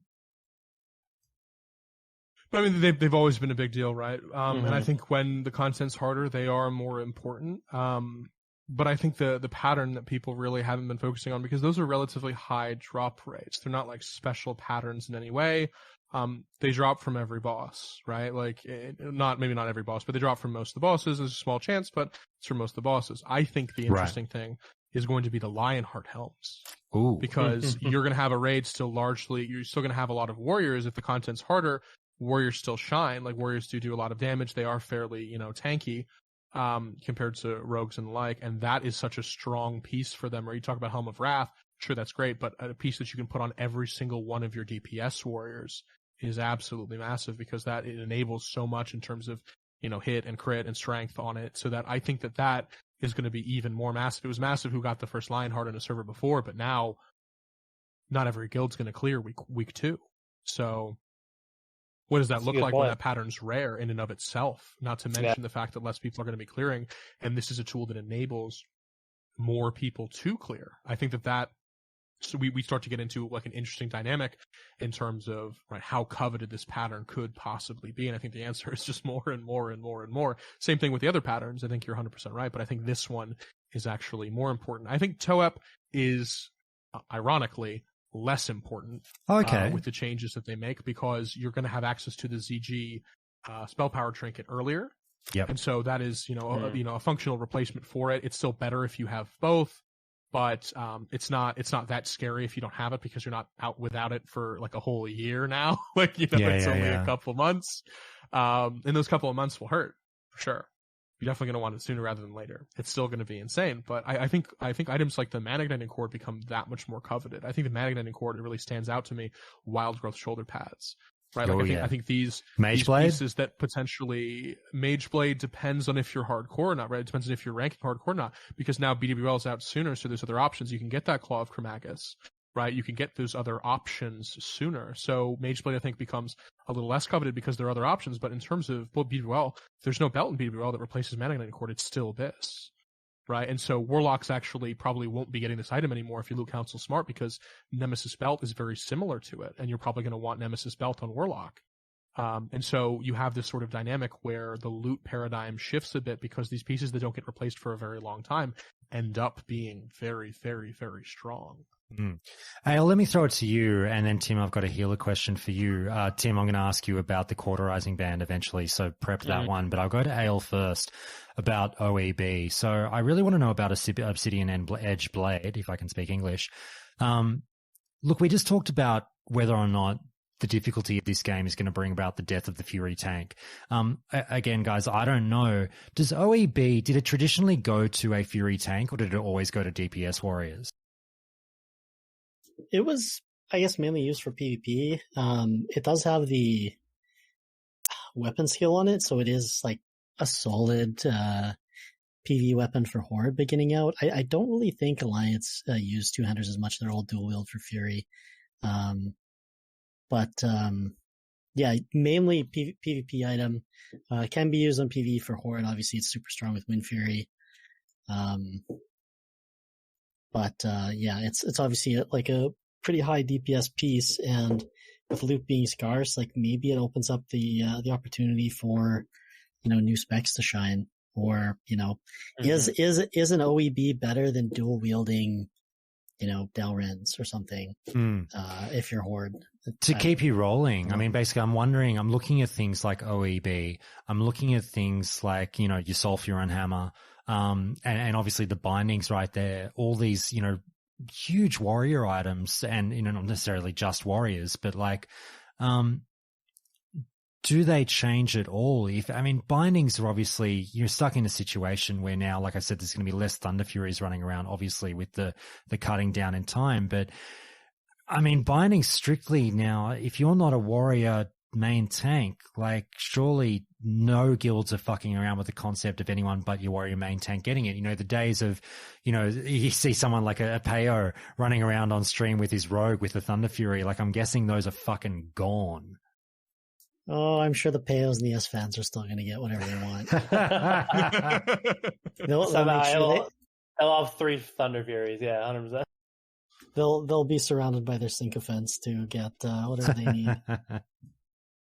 I don't think that will fundamentally change, but because the content ultimately I don't think will be difficult enough for those people not to get down the content they need to get down.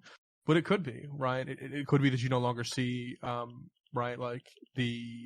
that's hard because they'd have to predict it beforehand because it'll be AQ that really starts to get in the way of people's progression. Or maybe parts of BWL, it probably won't be MC as much. Maybe Gar is difficult because of the mechanics they're going to add back to him that people don't know about. Yeah, so those potentially are the interesting dynamics at play. But again, you'd have to be very long-term thinking. They're not going to think, oh, well, we can do MC now, so let's give it to S-Fan. And then they can't, so they just get fucked. I'm intrigued by the death of streamer Pryo. One thing I'm interested in, I was going to throw in sort of on the melee DPS especially, is that rogues, and this has been brought up already, but rogues and Fury Warriors in particular often fight over swords. But I think you will see one of the sort of knock-on effects is, for rogues at least, daggers and swords are sort of, it just kind of depends on what your weapons are and which are better. They can be pretty equal DPS. I think most, if you know what you're doing, dagger can pump better, but it is a little bit more challenging. But the thing is though that the way it used to be, it's just okay, well, when you're talking phase 1, okay, Brute Blade, Viscag, if you're a combat swords rogue, that's what you want, that's what you can get. But there's going to be so many warriors who then need that. And for warriors, daggers just don't cut it. No pun intended. But it depends on and that could change as well, right? Daggers are what they're good at is smoothing the rage generation curve, right? Yeah. So it could be that, right, previously it was well, it doesn't make that much of a difference because you're still getting enough rage from execute anyway. So it might be a net gain to throw on daggers if you've got the expertise for them. Late in the boss fight, but ultimately that was not really that important because of how much rage gen you had from other things. But with the faster rage gen from daggers, with the faster attack speed, right? You're gonna probably end up having a situation where it's much more viable, right? And so you might see warriors just taking whatever drops, right? Because ideally, yeah, sure, you want the offhand brute blade as a rogue. You're not going to see it though. There's no way you see that because warriors are going to want that for a main hand, not exactly, much less. Yeah. And offhand, if you have your raid full of people that need these for main hands, that's a much better main hand on the warrior than it is an offhand on the rogue. So even if this is the offhand on the rogue, it's not as much damage as the contributing main hand weapon, right? So and that's what's going to be so interesting is you're going to get a lot of situations of, and Ayle kind of brought this up, but you get a Purge Blade and Age Core leather gloves, and you're like, oh man, here we go. I'm a dagger rogue. I'm going to crush it. But you just can't get the Core Hound Tooth for the life of you. So what are you going to run around with for your offhand? Some blue, some dungeon blue, because a lot of rogues level combat swords, so they probably didn't collect daggers but they're going to have to think about that. That's going to have to be a thought. You when you're getting rewards at level 60, when you're in dungeons, you're going to have to start thinking, hey, I need to have a blue dagger just in case, a Purge Blaze drop and I get that and I never get my offhand. Or I get, because Age Core leather gloves are so incredible. You get those and then it's well, I guess I'm going blue daggers instead of worrying about getting swords ever. Tim, I'll keep you rolling on the heal. Sorry, Ayle, jump in, then I'll throw it back to Tim. Well, it's like the old days. People used to rock the Barman Shanker because it was the best. That's the one I was thinking that. Very good, very good. Tim, just on the healing aspect, I was going to ask you about cauterizing band. I mean, just talk to me about whether you think that one gets significantly more important for healers and if there's any other items that you think are worth shouting out. Because like I say, I mean, it's just main tank and healers first and foremost, right? Get them up there. Yeah, I mean, Caud Band is already really, really coveted throughout all of Classic, even into Phase 6. A lot, because it's a rare drop, really great healing. I know a lot of people, if they were lucky, would roll with 2 cauterizing bands, and that would be maybe their bis. Because it is really good, and the upgrades like PEB off of Neff is really good. But again, a rare drop. You can get some pretty decent rings in AQ, but they're actually not that much better. Yeah, Caud Band will be high, so we'll sort of any healing gear that's already pretty rare. I think it'll be interesting to see things like Benediction, Roque Dalar will have a little bit more importance. Those items were both treated as just like if you brought a newbie along, like a new priest along who's like getting integrated, here's your Benediction, congrats. Yeah. But those things, like both those items are items that there's a reasonable chance if you don't get reasonably lucky with later on weapon drops, like you might be carrying those for a long time. Benediction in particular, I think I had that all the way until AQ 40, and I did the Scarab quest to get the dagger. Well, there's almost a world where you have Benediction the whole fucking time, isn't there? Yeah, you might. I mean, you might. It's a really, really good healing weapon. And if you had bad luck in the 12 months. Mm-hmm. Yeah, 100%. But I think the thing that'll be more interesting for healing, and because you talked about it, there will be prio on healing. So then it does come down to questions of what's North? You will know this better. What is the DPS, the caster DPS necklace that drops off of Choker the Firelord? So that will be an actual question. As already there are already some healers who go I should get that first. But wait! You forgive me for being a mage. Forgive me for thinking mage things. There is no damn way that you are suggesting a healer should ever get a choker over a DPS player. I wouldn't. But when what I'm animated chain necklace starting to play early for that neck. This is the thing. That points to the podcast 4 months later. Well, I mean, look, no one just said North was in the group. And experts were saying there's a 32 healing necklace from I know you can farm, my guy. But that animated chain necklace is difficult to get. It just not as difficult as a choker in a 12-month server. You crazy person.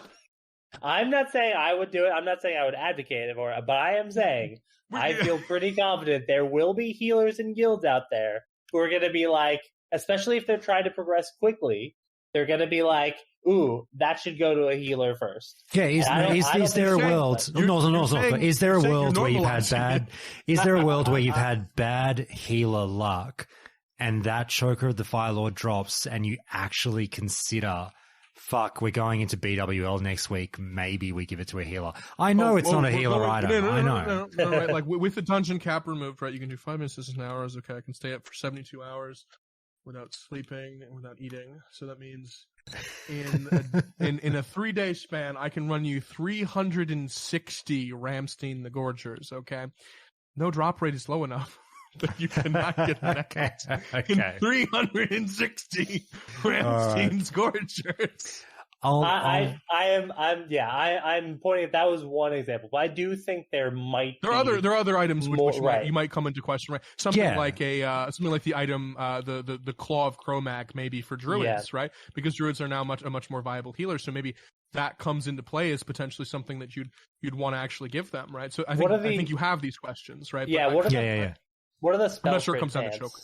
Yeah, what are the spell crit pants that drop in there? I always forget the them. Empowered leggings? Those aren't spell crit. No. They're healing. And those are healing. Those are in BWL. I'm talking about they have +2% spell crit.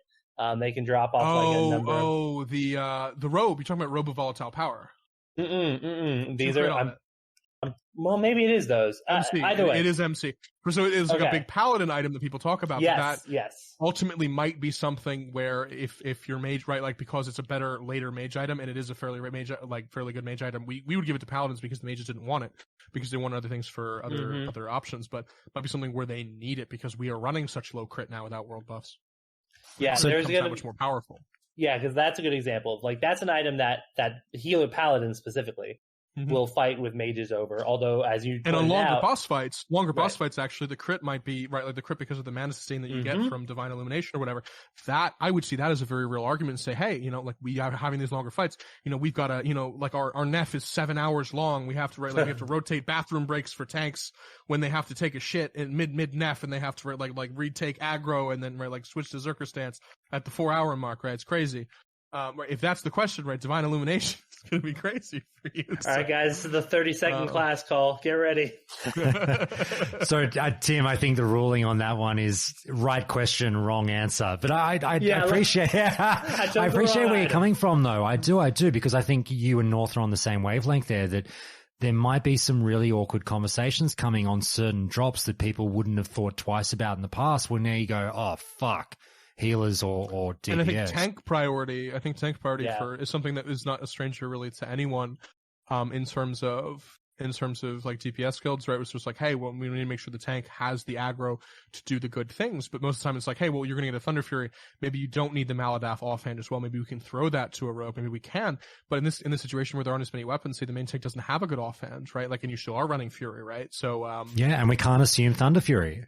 Exactly. So maybe that formula adjusts because you can't assume these things. You can't assume that it's going to drop, and you can't just be like, oh, well, the time Nax comes around, it's going to be fine, because threat, especially without all of the rage gen from the tank, even if the tank has to go, or they increase the damage to the point where the tanks have to actually go prot, God forbid, right? Like, the items that are going to be prioritized them are going to be, they're going to be everywhere, because you're going to need, the threat is going to become so much more of an issue, and it's going to become a weird issue where you can't just give them DPS items maybe, but maybe that's the solution. So we'd enter into a new meta where if it's prot warriors tanking our raids, I don't think it will be, but if there are prot warriors tanking our raids, we have to rethink really everything we knew about loot priority.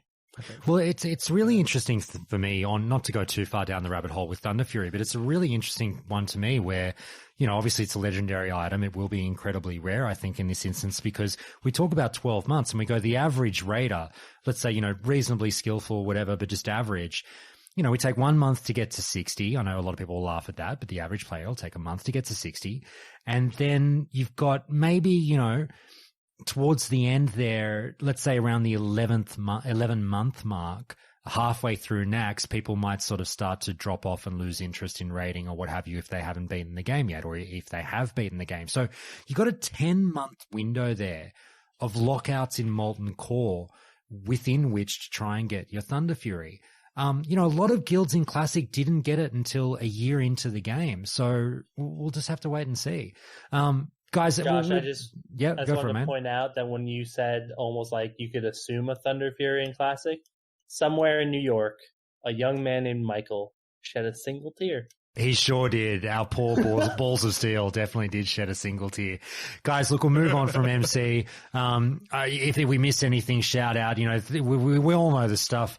Band of Acuria, Onslaught. Look, Onslaught Girdle, Bone Reaver's Edge. Ayle, I'm not sure if there's anything else to say on that one. Is there? I think there is. Okay, go for it. I think with the rage generation that you look at, I think part of the issue, and Ayle, please, for the love of God, I know Warriors so poorly, but this was explained to me by someone else, so I might be parroting it completely wrong, but especially in Alliance, right, you have the two-handed sword skill, so Bone Reaver's Edge is a fine weapon in and of itself, but with the rage gen that is coming from sort of being hit from bosses, right, that is something that you can utilize, and we use this on private servers, right, that's how we made two-handed tanking work, right? You'd cleave with these two-handed weapons on bosses like Lucifron, and you'd have the rage from the rage that you were getting hit by, because you weren't doing as much damage as these warriors. Now, with the nerfs to warrior rage gen from world buffs, that to me seems like it could be more viable, because more of your rage is going to be coming from these mechanics where you're taking damage, and so that might fuel two-hander into a certain form of viability, especially because of how strong Cleave and Whirlwind are with the two-hander, right? And so you're not as relying on as much as on actual auto attacks, but on these other in these other avenues. Yeah, Bone Reaver was a great weapon. It was used. I mean, I think we even had some people still using it in Nax for cleaving. On trash, it's a fantastic weapon, right? Like the armor pen that it grants you on things that aren't fully I don't know what I'm going to say fully penetrated. That just seems. I think you've said worse on this podcast. Things that aren't fully debuffed, I'll say. Right, it is such a strong weapon, and so I don't think that particularly changes. But I think that in terms of its viability compared to other weapons on bosses themselves, I think that does change. Why are we facing another 5-man mage team in 5s-man? Why is this a thing, dude? I'm dead in 2 seconds. I get spam silence and I'm dead. Anyway. Yeah, I think that could change, and I think like this sort of two-handed meta maybe becomes that much more crucial as a viable DPS option, because you might have a worry, right? Like it's one thing where it's like, oh well, you're gonna take the BRE and you can use this on trash and for PvP. It's like, no, you have the Bree. We don't have enough weapons to go around, Mr. Warrior Man. So now you're DPSing on bosses. It's two-handed fury. That's what you're doing now. That's your job. Right. Like I think that's those dynamics, right? When you force people into a hole, when you force people to optimize with little, right? Like, like when you force Tony Stark, right? Like to make it from scraps in a cave, that's when the memes come out. That's when people have their backs against the wall and they innovate cool things, I think. Well, it's taking what the game gives you rather than being so used to just dictating the terms to the game. Mm-hmm. And when you're pigeonholed in that area, right, like who display, right, like because as much as it's nice when a guild has all the optimal things, has all these rank 14 warriors, has all these rank 14 people in their guild, has every optimal piece that's dropped because they've been farming the content from week 1 with 8 splits, right? What does that become when you're actually trying to encourage people? And I think this is the bigger indicator of skill in MMO. What happens when you force them into unoptimal situations and then ask them to optimize, right? Like what is going to happen when their backs are against the wall, when they don't have every single piece on the board and yet they have to win? Mm-hmm. What does that look like? I think that improvisation, I think that is what makes, for me, because I'm obsessed with the areas that are outside of these raids, that are outside of practicing it a billion times. It's right, like, what do you do when you're in a 1v4 against, 3 orc warriors and a hunter show up in the crater? You've got your pants down, your rocket boots are off, your helmet's off cooldown, right? Like, like that. You're a healer and you've got your choker of the Fire Lord. Yeah, you're ready to go, man. Yeah, right. Like that separates the boys from the men for me, right? And so we have the situation where it could be encountered in raiding where it's like, well, you've got, Johnny D over there, right? He's drooling out his mouth. That's our Bree warrior. He's going to sit with the Bree because we don't have any fucking weapons to give him. We can't give weapons to everyone because now they made it RBG requirements. And Johnny D, despite the fact that he has a BRE, he doesn't know how to PvP. So he's stuck with that weapon and we can't carry him to 2400 or whatever his requirement is for those weapons. He can't be a high warlord. It's not just how many weeks you can spend in AV anymore. It's not how many bots you can, program to make sure that you're killing people out in the world. And, it returns to form in terms of, right, like these pieces become epic again. And I think that is such a thing worth preserving and such a thing worth striving to re-implement. And people are like, well, of course they're going to increase the loot drops north. There's no way they don't. People will be mad without it, right? But people will be mad, but that from that anger, I think blooms a very beautiful thing. And it might not be for everyone, but for the people that it's for, it is that much more beautiful, I think. I love when you get on a run. Ayle, anything on the Warriors there that you wanted to chime in on? Did you get anything wrong, or are we ready to move on? I think we're ready to move on. All right, all good. Let's go to BWL, guys. And look, I've got a really important question about this one. We're not ready to move on from the early phase. Oh, sorry. No. Go. What did I miss? Go for it. You're missing a big one, and I'm surprised. Go for it. North hasn't been on this, to be honest, because I thought you for sure would be on this. Oh God, I feel preemptively insulted. Go ahead. I mean, it's world bosses. Oh yeah, well we're getting there. I've got a question for that one. Let's do it now. What are those? Oh, I thought we were just talking about MC, right? We're talking phase 1, not phase 2. Well, world bosses with BWL are in between. I actually don't know. I have in between. So phase 1, no world boss. Phase 2, world bosses. Phase 3, BWL. So we're in the right spot here for this. Then go for it. I think this increases the value of world bosses. Oh yeah, right.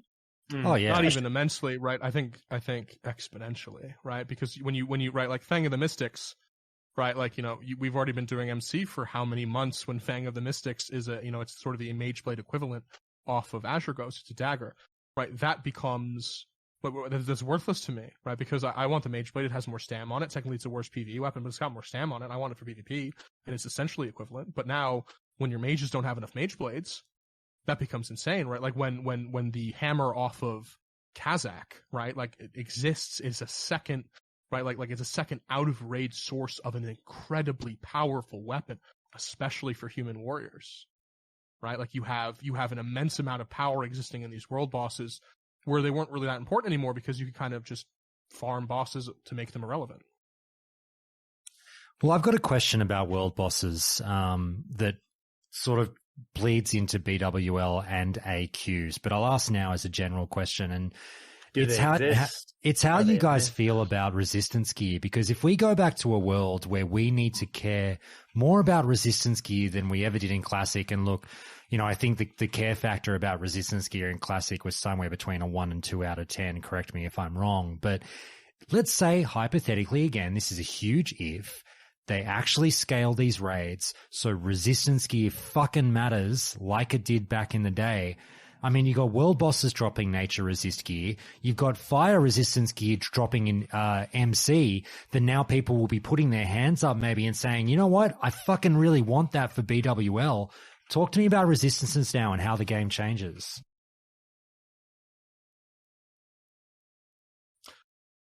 Well, I think one thing in terms of that here, if we're talking about it, is the Flame Core set, I believe. The Flame Core set is the legs and it's mostly the legs and the robe, I believe. No, so it's mostly the legs are a fire resist piece, but they actually are very, very powerful for DPS in and of themselves. They're released, I believe, alongside, it might be ZG patch, it might be BWL patch, but they're 43 spell damage leggings. They have 16 fire resist on them, 21 stamina. But if they're released early enough, right, if your raid is sort of less powerful, this actually becomes a piece that you'd use not only for people for resist purposes, but actually for DPS. So that makes those, those lava cores, those fiery cores, that much more valuable. But I think they're kind of farmable. Yeah, they are farmable, which is nice. And so you have the Flare Core robes as well. So you have the set that I actually used to wear, on private servers on Fire Maw, so that we could try and one phase Fire Maw, right? And so that was like a DPS improvisation more than anything else, because, right, you can just LOS those mechanics. So I don't see any, unless they really make RAG somehow ridiculous, I don't see, like, what fight would you need that resist for is the only thing that I struggle with, right? Like, what would really, unless they fundamentally change mechanics on, like, the dragons that, the dragon that pulsates, it's not Ebon Rock, it's Flame Gore that pulsates fire out. They make it like untrank shottable or something ridiculous like that. Right? There might be a world in which, right, like fire resist would become important, but I don't think that becomes a thing until at least AQ. Becomes a mini Saf at that point. Yeah, you have Huhuran and you have Saffron that become these big resist checks. And they already exist as pretty big resist checks, and people, right, like try to wear as little as possible, but wear world buffs to sort of compensate. But Saffron becomes the gatekeeper of gatekeepers, right? Like it becomes this impossible boss for most people because of how much damage is actually going out and how little damage you have as a result of wearing a fuck ton of frost resist, because it's the only way you're going to live. Very good. In terms of the first two phases, I really don't. Can you guys think, Ayle? Can you think, like, what do you need fire resist for other than like RAG, right? Like, there's no way they make Baron hit so hard that, right, you need that much fire. Maybe they do. You're right. Like, I can't. Yeah, it was mainly used on the tanks for Ragnaros and for the Drakes. I think Fire Maw was big to have some pieces, and I think that's pretty much it. I mean, when we were speedrunning, we actually had all of our warriors in the pieces, which I think a lot of people didn't know. For Fire Maw, for sure, right? You'd want everyone with them just because you could increase the. But for everything, all of those packs? Everything after Veil, up until Chromagus, we were in fire resist. Interesting. And that's because we were AoEing down the Goblin packs and and the Broodlord room as well. There's a lot of fire damage there from the dragons. So we found that by just having us in 250 fire resist everybody, it was huge. We could just pull so much faster. That being said, yeah, I think if it's going back to status quo, likely just for tanks, for the plate, apart from, like you said, the caster stuff is really good. High spell power, high stam. I can see people doing that. I think a lot of the other stuff isn't really worth looking at. Do you think it would be asking too much for them to scale up the need for a reliance on resistance gear given the 12-month timetable? Like, we just won't have the time to farm that kind of a set? It might be possible on some bosses, right? So like on Ragnaros, for instance, if they renew the old so there's the mechanic that actually makes them, and I think we talked about this, is the old mechanic in Rag where it causes lava to splash, right? It's not the AoE that knocks you back in range. It actually is the lava itself starts to churn when you summon Ragnaros. I don't know if you've noticed this, but it starts to churn, and it will periodically just damage you, right? That used to occur much more frequently, but here's the kicker. It was unresistible. No amount of resist here could prevent the damage that it was doing. So that was part, but it didn't always happen when he spawned. It was random in his room. So you could wait for it to subside and then pull the boss. Which is strange, right? So they could edit that in some way and make that more applicable, maybe make it resistible, but make it do 2-3 times more damage. So that would encourage raids to wear full fire resist on Ragnaros. So you'd have this sort of gear acquisition phase for Ragnaros, which I think would be interesting because he would be hard, right? If you then reduce him to his old version where you only get an hour of attempts. So, right, like, so if you walk in with the wrong gear, you're going to die and you're going to lose your lockout. I think that potentially is what ends up happening. So that could be interesting, but I'm not sure if that is what they want to do. I think it could be interesting, but again, right, like it involves a lot of tweaking, and I think they're going for minimal tweaking at this point. All right, guys, look, let's move on to BWL, and we've mentioned some of the items already, but we'll get through it. We'll try and zip through it as much as we can because we obviously got BWL, AQ, and Nax to go. Not so heavy on Nax because obviously we're talking like progression, but we'll get there, and maybe a little bit of ZG and AQ20 we'll see. But look, the big ones, we've talked about DFT. I mean, surely something like that is even more important now. People prayed for that to drop through Classic, but now I'm guessing only even more so. And Ayle, again, this might be something that starts with you because I'm starting on warrior type stuff. But another question I had is something like Stylene's impeding Scarab. If you had bad luck on an item like that going into AQ, would that quite hurt you? I think more, if we're back to the days of Sword and Board, it's going to be people wanting the car door off of Chrome, right? That's the big one is, not getting an upgrade from BWL for your shield. If you're going to have to Sword and Board tank warrior, I think it's pretty big because, a lot of armor, a lot of block. The trinkets, I mean, they are good, but, I guess they would probably have an increased value as well. I think Stylene's is, you wear that going to TBC, like it's almost as good as auto blocker. That is a nutted trinket, like for a prot warrior. So I think we don't appreciate it as much because of how bad prot is. And again, I don't think prot will be the meta, so I think Ayle is right to be sort of skeptical of whether or not it increases in value. I think DFT does though, because obviously still coveted, but now it's primarily, it's better on Rogue than it is on anything else, and now Rogue is much better relative to everything else. So I think that you might have more Rogues in your raid. So that's interesting. Something we might think about. How about the big boys? Mind Quickening Gem, Rejuve Gem. Anything on those? In terms of the gems, and I will talk about MQG, even though I'm talking too much as it stands, right? MQG actually becomes, and people will be perhaps a little perplexed by this. If you're brilliant, perhaps not. Becomes worse. In almost every case. Tell. MQG becomes pretty bad, because it's only good when you can kill, right? Like, so obviously, right, it's a 5-minute cooldown compared to things like, right, obviously the tier off Nelth is always with you, right? It's always that, 44 spell damage to hit, which is great, right? But MQG 5-minute cooldown compared to Toep or the ZG trinket, 2 and 1 minute 30 cooldowns respectively, become worse as the fight gets longer, so long as the fight lasts less than 5 minutes. If you can't get 2 uses out of the MQG, I doubt most fights will last enough time to get 2 uses out of the MQG. Very few will, even with these changes, I imagine. And the kicker on top of it is, if the fights last longer, you run out of mana. If you're running fire, you don't have a lot of mana. Shadow Priests don't exist in the way that they do. You're not going to get an Innervate from a billion druids. Innervate doesn't scale as well as it does in TBC because it doesn't scale with intellect in the way that spirit and intellect scale with each other in TBC. So you're in a situation where, great, you've got this MQG. It's good. You get 33% haste, and then you're So even with an Evocate potentially. So that sort of falls into something that becomes much worse. It becomes still useful, still incredibly useful for PvP, still incredibly powerful for PvP, of course, but in PvE situations, much worse. Interesting. Very interesting. Speaks the truth.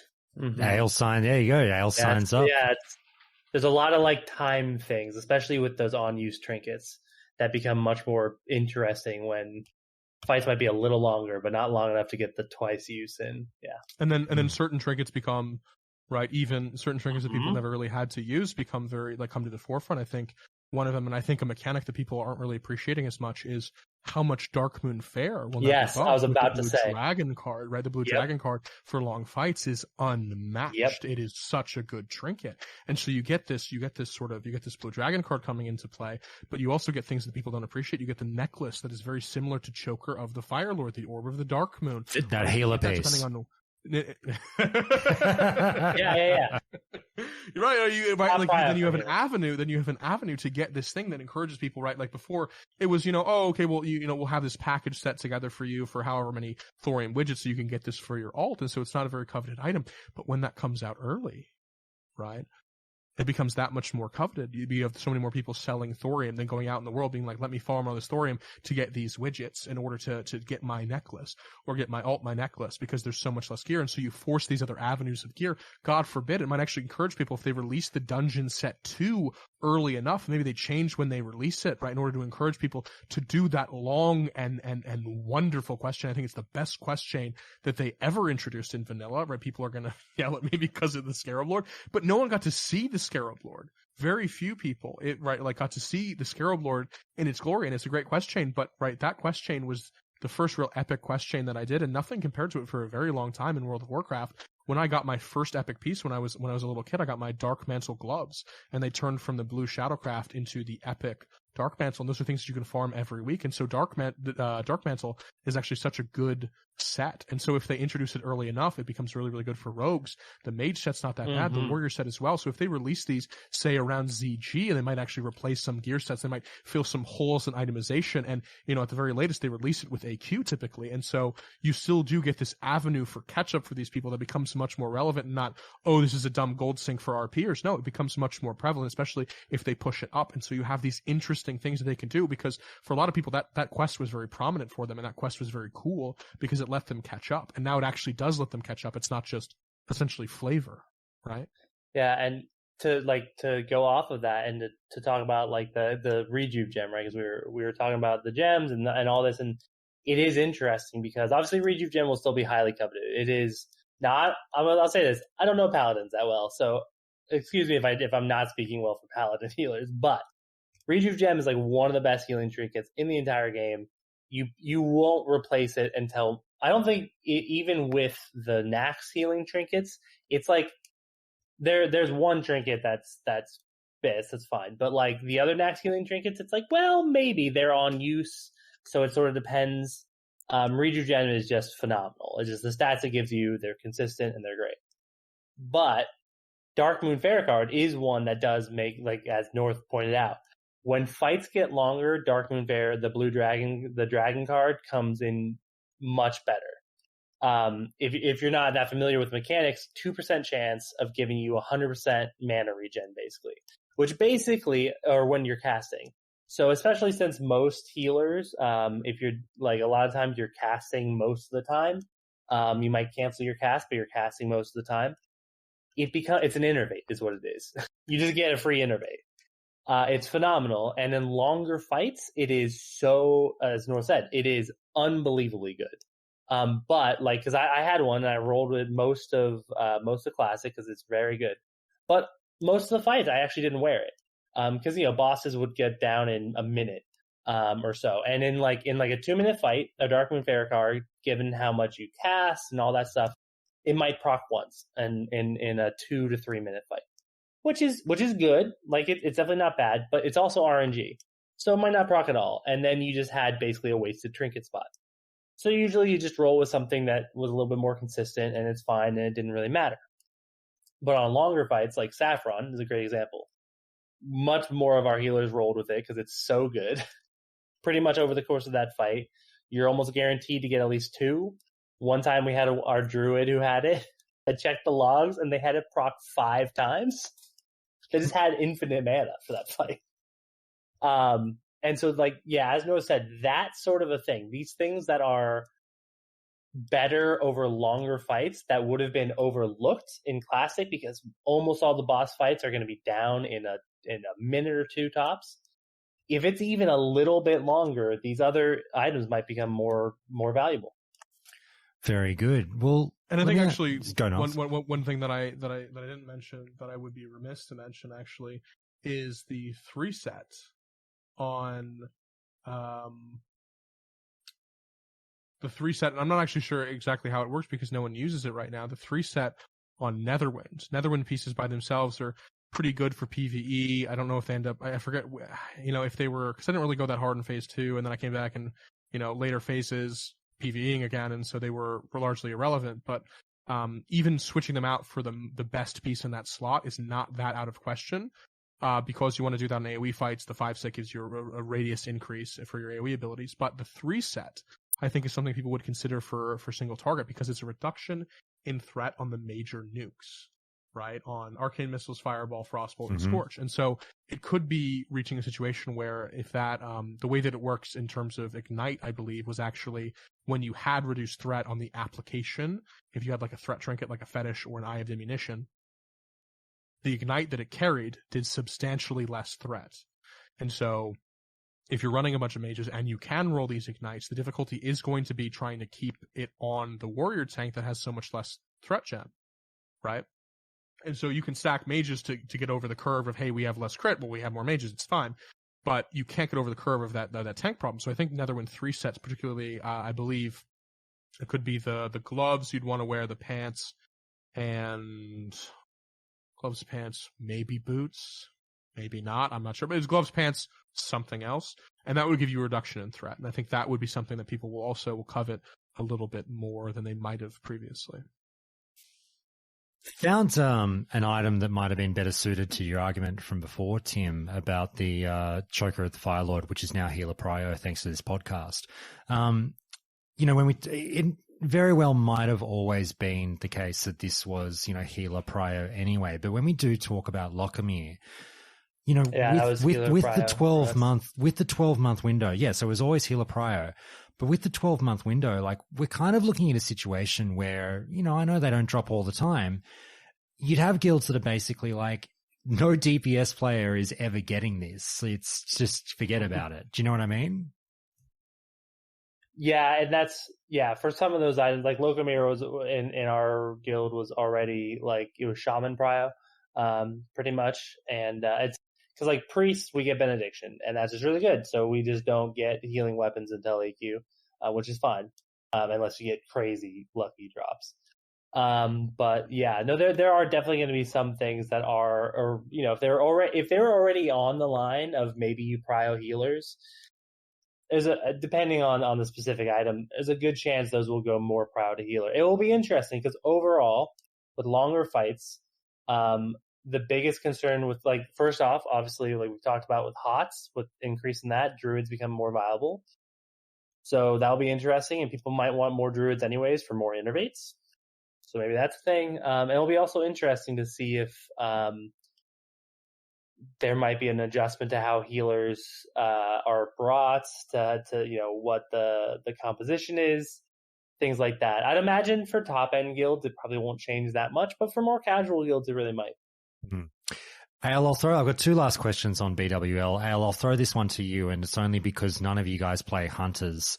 So none of you could really, be an authority on this one, but I'll throw it to you, Ayle, because maybe this was an issue with you guys in Onslaught and the speed running, but I want to know a bit more about I can't even say it, Astrathal.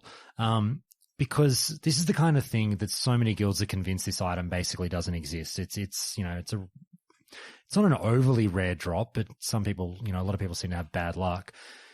Is it that significant of an upgrade for hunters that they would feel, really out of the loop without it going into AQ? Like, are we going to see guilds going basically like, we're ditching our hunters and poaching other hunters because they have Astrathal? Like, it's that good? Or is it just like, you'd be fine with an MC weapon or whatever? I don't know. I mean, it's the best bow hunters can get until, like, the end of next, right? So, I think it's for hunters. It's definitely compared to other classes, right? Like warriors, sure, they can get an equivalent shield in AQ. Hunters, they can't really get an equivalent bow, especially if you PvP, because that thing is super slow, hits like a truck. It's just the best. It's just it's the best the hunter can get, right? And they don't really get an upgrade for 2 tiers, right, until next. So. It's a pretty big deal. It's out of all the items like we've kind of touched on, like that's for their class, it might hold more significance than other items for other classes because there are like kind of side grades where like the hoo-hoo bow just it's too fast. It's not great. I think you have the gun from the armaments, which is also pretty fast. So as a hunter, you want that slow, heavy hitting bow and. That's pretty much the only one. So fair enough. Last question on BWL for you, North.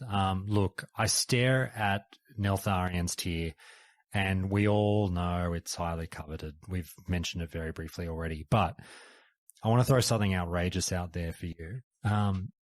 Given how reasonably rare the tier is, given the changes that are coming with debuff limits and things like that, maybe warlocks get a little bit more relevant. Is there a world that exists in which warlocks are now prio for Neltharian's tier because of the struggles that they have for hit? It depends on the atmosphere of your guild. I think the answer is that, for the good warlocks, it always was. But the issue is that good warlocks typically weren't in good guilds, right? So you had this issue where, even for really, really, really good guilds, right? Ayle, how many warlocks did you guys run in BWL? One, right? Yeah. They ran a single warlock, right? So it's not even that difficult in terms of who you should go to because there's one warlock, maybe 2 mages in those setups. Am I wrong in thinking it's either 1 or 2 mages you guys ran? I think you guys ran 1 mage. We did 2 usually, but that was mainly to do like block pulls and stuff. Exactly. So you have these situations where these casters, right? Like in that situation, of course it goes to the lock there because typically locks aren't even running any hit. You could run the infliction hit for really their only use in that situation, which is to curse for the warriors. And you obviously don't want them to lose it. And so because they lack a hit talent, typically outside of affliction, yes, right? I'd say like even on trash, they need that hit because they don't have the ability to hit mobs that are their own level all the time, right? They don't even have hit cap on level 60 mobs. Much less 62, 63 mobs. So I think you do end up giving it to them just for that reason, because there are so few, and later on they will become much more powerful with more ISB uptime, with more crit uptime. They just get better and better as the phases go on. And warlocks were doing good damage in Nax, and so you might have to rely on them in Nax because they are sort of this sustained DPS, right? The mages have to farm God knows how many dark runes to do what a warlock can do, and a warlock can do the same thing that they can, but sort of better in those long and arduous fights.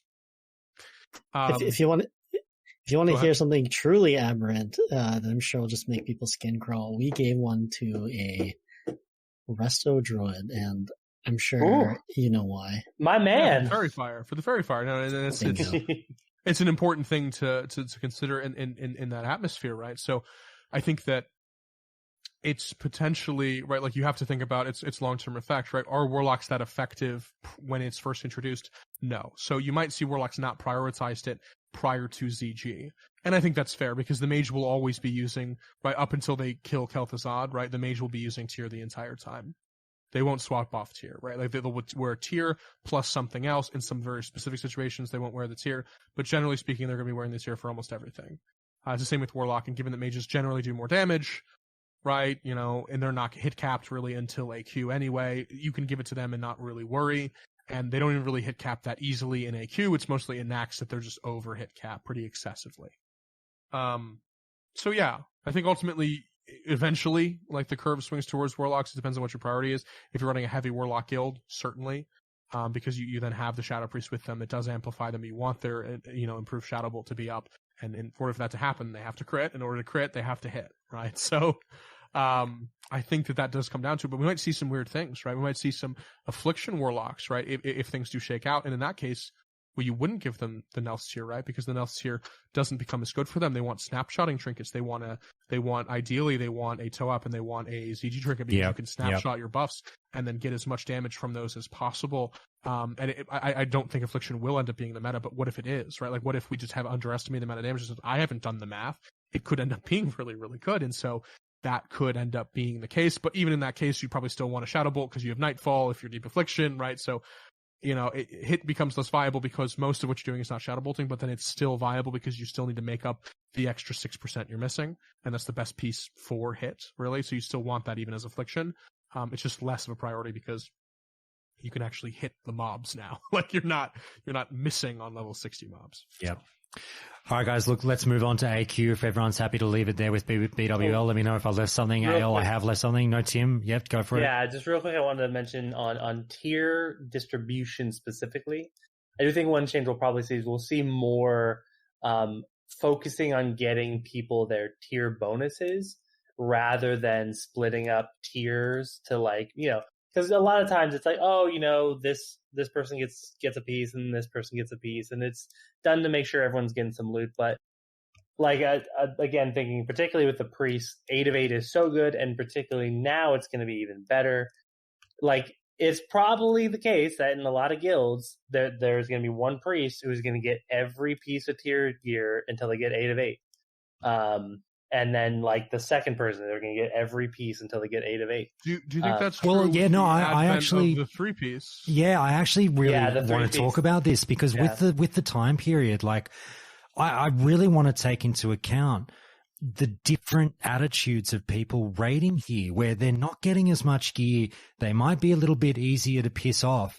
If guilds run a situation where they do start to prioritize set bonus, and I know set bonuses are important, I get that, but where you're prioritizing set bonuses for an individual over spreading out a bit of power among the group and keeping the guild together and feeding the beast and keeping people happy and trying to progress en masse, do you think that that's the way to go? Still go for the set bonus, or you'll have to like spread the love? It'll probably depend. Every guild will. I don't think it's an easy choice either way. But like as North, you mentioned the 3-piece set bonus, which is for both druids and priests, it's the same, which is an increased mana regen, right? Which is great. It really is great. So like for priests particularly, you probably will. Your main tank priest will get 8 of 8, just like handed to them as soon as possible. But then after that, it probably will be everyone gets to 3-piece, and then you start doing the, you know. But it's again, because you're right, Josh, because there is a bit of like guild unity, because tier pieces are some of the few pieces that you generally used to. You could just, you know, oh, there's a new person in, they're only here for a week, but that's fine. They can have a tier piece because, you know, they're just, there's so many of them, and we've gotten so many. Unless you're like really unlucky and your tier piece just doesn't drop for whatever reason. But yeah, so it will be interesting. I think that is a choice that will be made a little bit more often. Certainly a more challenge for guild leaders of having to decide, do we prioritize, as you said, do we prioritize making sure we get these really important tier bonuses that exist on some of the sets, or do we hope for more unity and just get everybody a little bit of something? Yeah, it'll be really interesting. And I'm looking forward to, I'm a drama llama. I'll be looking forward to all of these things that we see. But like, yeah, the guild that, and don't get me wrong, it might be the correct answer that you go for that A piece for your main tank healer, and that's a priority. But, watching the other healers sit there and be like, we are just waving goodbye to every tier piece that's dropping the first 8, going bye-bye, because that's going to one individual where, what's the bonus? You get a renew on your greater heal. Or is that right? For tier 2? Yeah. So they're like, we're picking up that renew for the main tank healer.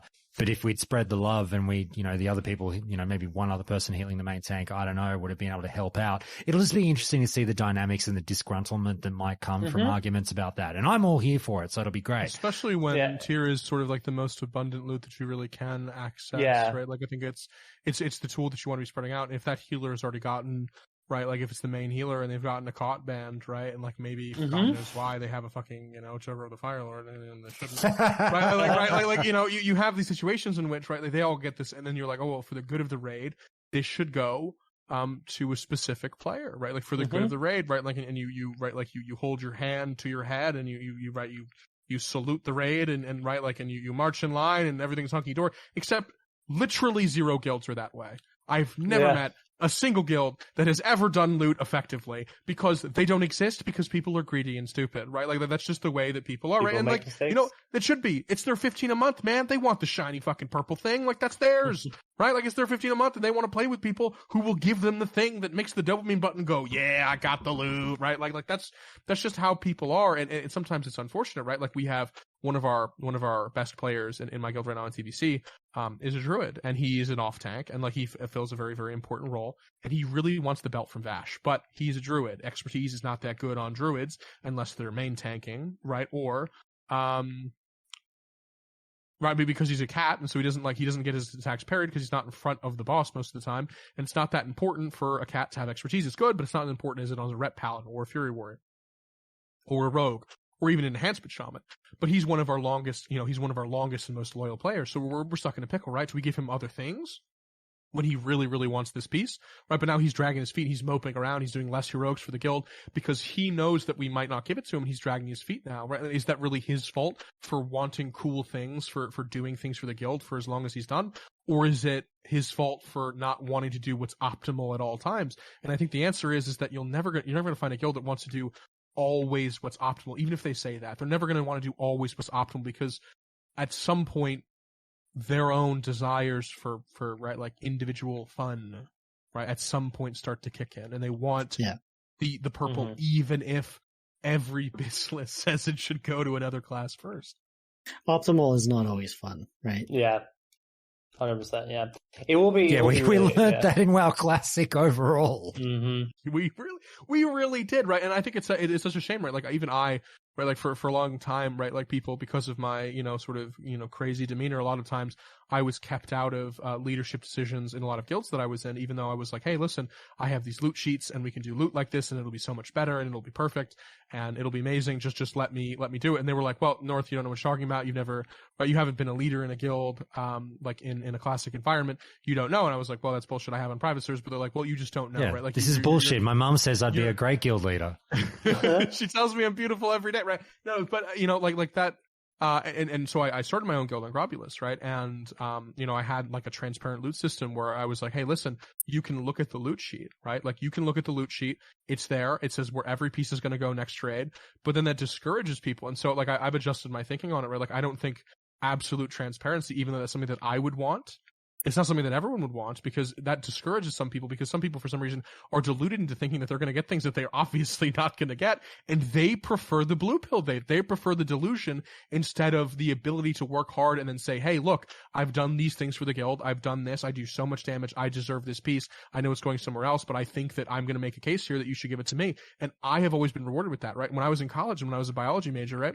If I got a question wrong in a test, right, I wouldn't just go, shucks, like I got it wrong, right? I would go to the teacher, right, if I thought it was an unfair question. And a lot of times I did, right? Because if I got it wrong, like, it doesn't seem very fair to me. And I would go and I would say, professor, right, this question is unfairly worded. And for this reason and this reason and this reason, it doesn't make sense that this is the answer, because this could also be the answer. this third thing could be a better answer, right? Like there's so much ambiguity present in the question that I believe that this is a good justification. If anything, right? Like this displays a greater understanding of the material than you previously even indicated, right? And then they would give me the points back a lot of the time, right? So you were that guy. But I got it back for the class too. A lot of times the class, like people weren't willing to, right, to fight the professor. No, I remember it happened in law school as well. Back. Yeah, no, and it should happen in law school. Right? Like a lot of the professor that I had for the 1L classes that I took at BC, he would take the exam that he wrote, and if he got things wrong, he would give us back the points that he got things wrong on. Because if he, as the professor, couldn't even get it right, then what business does he have to ask us to get it right? You know what I'm saying? Right? Like if it's worded in a way where he confuses himself, right? Like what? Right? Like what's the? Right, like really, what are we talking about there? So I think that, or even despite that, right, like I thought that I knew everything. I thought that everyone would see the rational and reasonable perspective, and if I had the loot, freely and clearly available, that no one would quit and everyone would see it my way. And a lot of them did, but some of them didn't, right? And so I think that's adjusted my thinking to the point where, right, okay, maybe that's optimal, but people have a right to say, hey, it's my 15 a month, and I don't want it to be optimal. I want to give the Ret Paladin, right, the Bone Reaver's Edge, even though it makes no sense. Right? Like, well said. I'm going to give the priest the Choker of the Firelord. I want to give the priest the Choker of the Firelord, even though a better item exists. I'm going to give the Warlock the Choker of the Firelord, even though a spell damage necklace that is like 4 spell power different for shadow damage exists in a farmable dungeon. Wow, smart decision. No particular person in mind for that. Fun, okay? Yeah, guys, that's the fun decision, right? That's the fun one. And we're all about fun. Actually, no, don't screw the mages. I'm playing a mage this time. So let's not do that. Guys, moving on. Loot. Oh, God, I'm having so much fun with my mage on the beta as well. Guys, let's move on to AQ. Look, I've got 2 questions for you here. First one is this. Wait, real quick. Yeah, go, man. AQ 20 or AQ 40? Overall, let's just say. I'm focusing on 40, but if you got things to say about 20, let's get into it. Would we be remiss not to talk about not ZG, but the dragon loot beforehand? Go for it. I think maybe we would be. I think Ayle would be with me on this, right? We thought that maybe resist gear would be more important than it was, but if these damage values are adjusted, right, and the world bosses and the world buffs aren't present, having resist for fights like the Sidious might be a new sort of meta. Having it for Huhuran will be that much more important. For right, like, and God forbid they adjust the mechanics so it's not only the melee, right? You might create an entirely different fight there. So I think that don't make healers wear resist gear. Don't be mean. That right, like that mechanic that you have there. So I think that potentially makes that green dragon loot potentially more coveted because of the early source of resist gear that it represents for people. So we could return. What do you think about that? We could return to a meta of the 3 a.m. wake up call that the dragon's up. So I think that's the first real case where that is possible. And I think you'll have, right, because I think in part we're appealing to less players with this sort of truncated timeline with some changes to, various aspects of the game. We are appealing to less players ultimately with harder content. I think that you will lose some players, and you'll lose some hardcore players as well from the loss of world buffs. I think ultimately these smaller ecosystems, could be better for that because world bosses return how they were intended to be played, right? Like my guild on when we were doing prep for TBC, we would go kill the green dragons in phase 6, and they were often not contested. It was often, they spawned. If you were in the first couple hours after they spawned, you could go get one, and it wasn't that hard, right? And so it was just like a cool thing you could do with your boys, like late at night after you finish raiding. Because there's not as many people playing, there's not as many people like looking for these items. So I think that we could see maybe return to form on that in terms of different kinds of world bosses. Maybe not early on, particularly with the first ones, but with the green dragons, maybe that's the case for it. And so you have this sort of more casual atmosphere, which like, just assemble the lads and go kill the dragon, rather than, let's sit and bomb each other on Emeris for 5 hours. Ayle, how do you feel about the relevance of the dragons going into AQ40 if Blizzard ramps up this dependence on resistance? Could be right. The thing I'm most interested in is if they're actually going to be more difficult. This could be like a big resurgence in world PvP. I know on my server at least, without having much alliance left to fight against, or just even in general, we would kill them so fast that it wouldn't really matter. So if they apply the similar sort of buffs to these, I think I mean, that sounds like a lot of fun, and maybe where world buffs would come. And well, that's what I was in. going to say. And speaking of buffs, this is where you bring your fucking chrono burn, isn't it, for some wild dragon fights? And I think you get those Sounds right, good like to me. because Kazakh doesn't become completely irrelevant, right, like for a very, very long time because you don't have an abundance of these weapons, and when you can't kill Kazakh in 8 seconds, right, like being able to actually not run out of mana and making sure that you're popping the right consumes and not fighting other people becomes that much more important because you can't just zerg it down. It's not going to die in 5 seconds. And so you enter into a reality where if you aren't properly removing the mark of Kazakh from people, right, you know, you can have a mage. And this happened on Classic even early on. Like myself and 2 other mages, we dropped down on a group of 80 horde and they didn't focus us soon enough. A mark of Kazakh went out, and every time we hit that person, we were healed for, 220k. And so we were unkillable because they weren't doing the mechanics correctly. And it was early on enough that they weren't immediately destroying the boss in 5 seconds. And so it enables the sort of rejuvenated world PvP if these things are harder. If it's likely that you die to Azure Ghost if you don't do it effectively because the numbers are pumped up, right? It becomes that much more of a chess match rather than, Zerg and like throw the checkers at the enemy and then hope everything just sticks, right?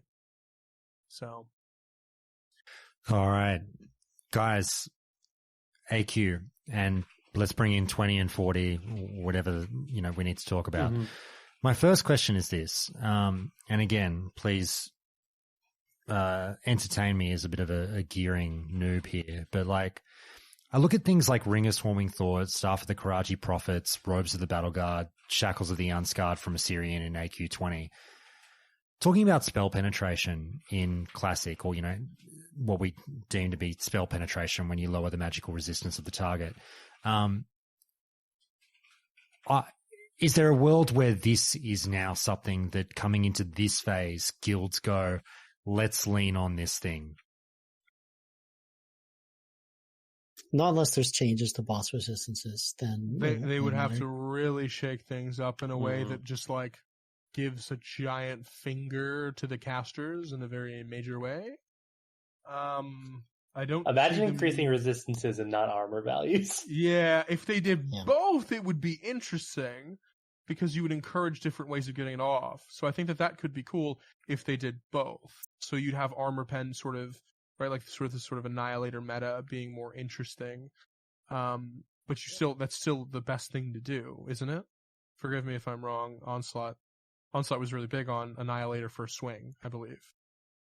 It wasn't actually needed on most bosses. There's actually 3 different boss types. It's like warrior caster and something else, and it's warrior caster like paladin, for weirdly enough, yeah. Yeah, and unless it was the one specific type, you actually didn't need it. So obviously on those you did, but just having Fairy Fire and Curse of Recklessness and Sunders, I think, was enough for most bosses. But I'm a big advocate of them adding armor to bosses for sure. I like. Which is weird for me to say this, but like I hope they really fuck this shit up and like make it so there has to be new theory crafting going into it. Add armor, 100%. add spell pen, like fucking just go ham, And there's a number of things they can do outside of HP pool adjustment, right? I think they should do that as opposed to HP pool adjustment. Like removing world buffs is like a 40% HP pool adjustment already, so shake it up a bit. And remove some trash as well. No, add more trash. Give me more of the freaking. Just remove the Mind Flayer packs, please. I was gonna say all Mind Flayer packs. Dude, AQ is synonymous with bad trash. Oh my god! Just if they just added a slideshow about how the old times used to be that automatically played in your thing, and then like you just entered into a little mine cart, and you were like carted along while the little screen played in front of you, and be like, back in the old days, people used to have to fish for 17 hours for a good AQ lockout, but now with new technology on the Season of Mastery, you can do none of that. You're at the end of the minecart, you're at Cthulhu. Let's have that conversation. Like, how would you really feel if they could delete some trash? It would be nice for instances. I think most instances sort of rely on the difficulty. Well, I mean, the difficulty of the trash. Just like the trash is kind of like iconic in a way, right? Like in the AQ, lava packs in MC are like really iconic, right? Like the core hounds again. pretty Oh, iconic. yeah. No, I'm sorry. So I'm talking Same about just thing. AQ. I'm talking about. Yeah, AQ though, if it's just the trash after. It's Well, so that's the thing as brutal. well. If they could change it so that, right, like I think the Anubis Souths, that's actually on private servers. Those were particularly difficult because they actually used their abilities, like the big fuckers, right? So they were actually difficult because they used their auras and shit, and they don't do it really at all on Classic. So if they restored some of the functionality to that trash and maybe you keep the mind flayers, because maybe just by the fact I just think they're annoying. I don't think they're hard. They're just annoying. Yeah, it's more that there's like 8 packs of them. Yeah, it's just that there's so many and they're just Yeah. so annoying, and it's all RNG. Like if they just stopped that, like please, like I would be happy. No, I would spend hours sometimes. Sometimes you'd fish and get really lucky, and sometimes, but I want to be there if they did make it all Mind Flayer packs, just to be like, see that first priest like do the first couple of fishing attempts and be like, but it's only Mind Flayer. Anyway. Tim, I'll keep you rolling because I want to ask this one about AQ. And this is the last question I'll have, and then we'll just shout out any items that you guys think are going to be much more pertinent here. But I think it's something that we don't necessarily think about straight away when we think of AQ, but the books, again, I keep saying it, 12-month timeline. And I know it's like a decent-ish drop rate, that 8-ish% or whatever it might be. But I'm more wondering, is there a particular skill or spell book that you wouldn't want to have bad luck on and wait a month for or something like that while you're trying to progress through AQ40? I'm looking at things like, Battle Shout and, Revenge 6, Battle Shout 7, maybe Corruption 7. I don't know. Anything you'd really hate to just get last. Yeah, I think you mentioned like the warrior ones. I think particularly like Heroic Strike, Ayle, you have to correct me on that, but like Heroic Strike and I think Heroic Strike in particular is always really coveted. But and then obviously the mages, Fireball and like every class is their thing. I think some more than others. Druids might be more interesting because I think a number of their books are HOTS, which normally is like, okay, fine, you get it, but whatever. But now it might be, oh, actually, this is really big. I know for Priest, it's like Prayer of Healing and Greater Heal, which fine. None of the Priest ones were particularly great. I don't think they'd be. So yeah, some will be more coveted. It's basically the ones that were already wanted more. I don't think there's going to be a big change in terms of like one, except for Druids. That's the only one I can think of off the top of my head. North Ayle, you're, week 1, week 2 of AQ 40 being out. You're kind of struggling. What's that book that you're fucking praying to drop in AQ 20 or elsewhere? I think Battle Shout is the most important one. I think unequivocally. I think that there's nothing really even remotely comparable to it in terms of the actual output that it gives the raid. There it is. I knew it was a warrior one. Even if you're not very heavy, because the other ones, as much as like Heroic Strike is great, it's like a 20 damage increase. It's not that big, and you're like, I don't know how much you even Heroic Strike, like when you don't have world buffs. Obviously you still do it a good amount, but yeah, without world buffs, not much. Yeah, exactly. So it's not that crazy, right? And same thing with, right, Fireball rank 11 is 561 to 715. 561 to 715.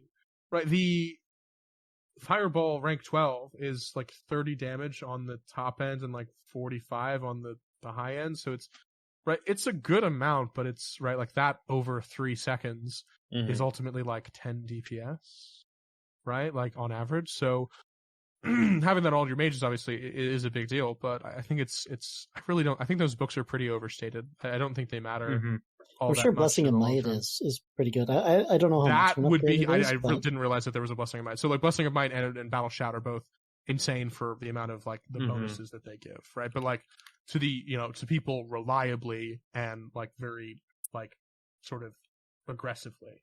But for the rest of it, I'm not really sure. What's the Might book called? Blessing of Might 7. 7th Blessing of Might, and it gives 185 attack power. What is Blessing of Might? 185 versus 155. So 30 attack power per person, right? Like, I mean, that's across the entire raid when one person has it. So I think that is an interesting dynamic when you cut down into it. I think Might then becomes the biggest book. Imagine being the only paladin in your raid. That'd be, well, I mean, right, but you're giving it to how many classes, right? You give it to like one class at a time, it's like 3 or 4 classes tops. So it's not that bad, unless you're running out of right? So that, I think that stands out as potentially the biggest one after it, then Battle Shout, and then I think you encounter maybe some of the healer ones, and then the mage and the warlock ones. So if anything, I think the healer ones become more important than the mage ones, and the warlock ones become less crucial, or at least relatively less crucial than they were before. Very good. Guys, that's pretty much all I wanted to ask about AQ20. I haven't actually written down any of the major items, but you will be able to recall, I'm sure, off the top of your head, anything that is really, really, really needed going into Nax from here. What have you got? One thing I wanted to call out specifically for AQ is I think we are going to see a lot more people do the Scarab Lord quests or the Scepter quests. And that, I don't mean like to get Scarab Lord. Obviously people will do that and that'll be a thing. But the Scepter quest, the rewards on that are really good. And most of the time, like for us, so I did the Scepter quest because the Healing Dagger is amazing. It is second only to the Mace off of AQ40 for that phase. And is obviously it gets trumped by stuff in Nax, but it's really, really good. And you just match it up with an offhand from AV rep. So it's very easy to get that, the offhand, not the dagger. But so it was mostly healers. When I did it, it's a very long, involved quest line. The worst part is having to kill all these ads around the world boss Green Dragon spawns. It's just a nightmare for a whole lot of reasons I won't get into. It took me and a couple of others grouping up with random other people on the server who were also trying to do it, and we created a spreadsheet, and we were going 10 hours a day for 2 weeks just to get like one person completed with it. It's involved. But one of the challenges is that it was almost all healers doing it, because the other gear, while it is good, I think there's a really good sword. I know there's really good melee DPS stuff there. It's good, but it's not great. However, now with less loot, especially with weapons being much more scarce, you're gonna have a lot more rogues who don't have their swords, or warriors who don't have their swords, who are gonna look at those quest rewards and be like, you know what? Maybe I do that. Fair enough. Ayle, North, any others? Is that a thing where, like, forgive me for asking, is Ravencrest Legacy? Ayle, looking at that, why do warriors not get that? That seems pretty fucking good. I think, like, especially for Alliance side, definitely, yeah. I think they would, like, it's just basically, right, like, obviously it's a little fast for a main hand, but as an offhand for a warrior, that seems pretty fucking good. Like, I don't, right? So, I mean, they're good. 13 strength, 14 stam, 57 DPS. Like, that's not bad. Like, I'm about it, yep. Yeah, that seems pretty fucking good. The mage one sucks, right? To be clear, the mage one is ass, but it looks fucking dope, and it's really good. Isn't it PvP. still decent? Like 70. It's 64. Spell power? So it's 64 spell power. So it's worse than Claw. Isn't it worse than Claw of Chromac?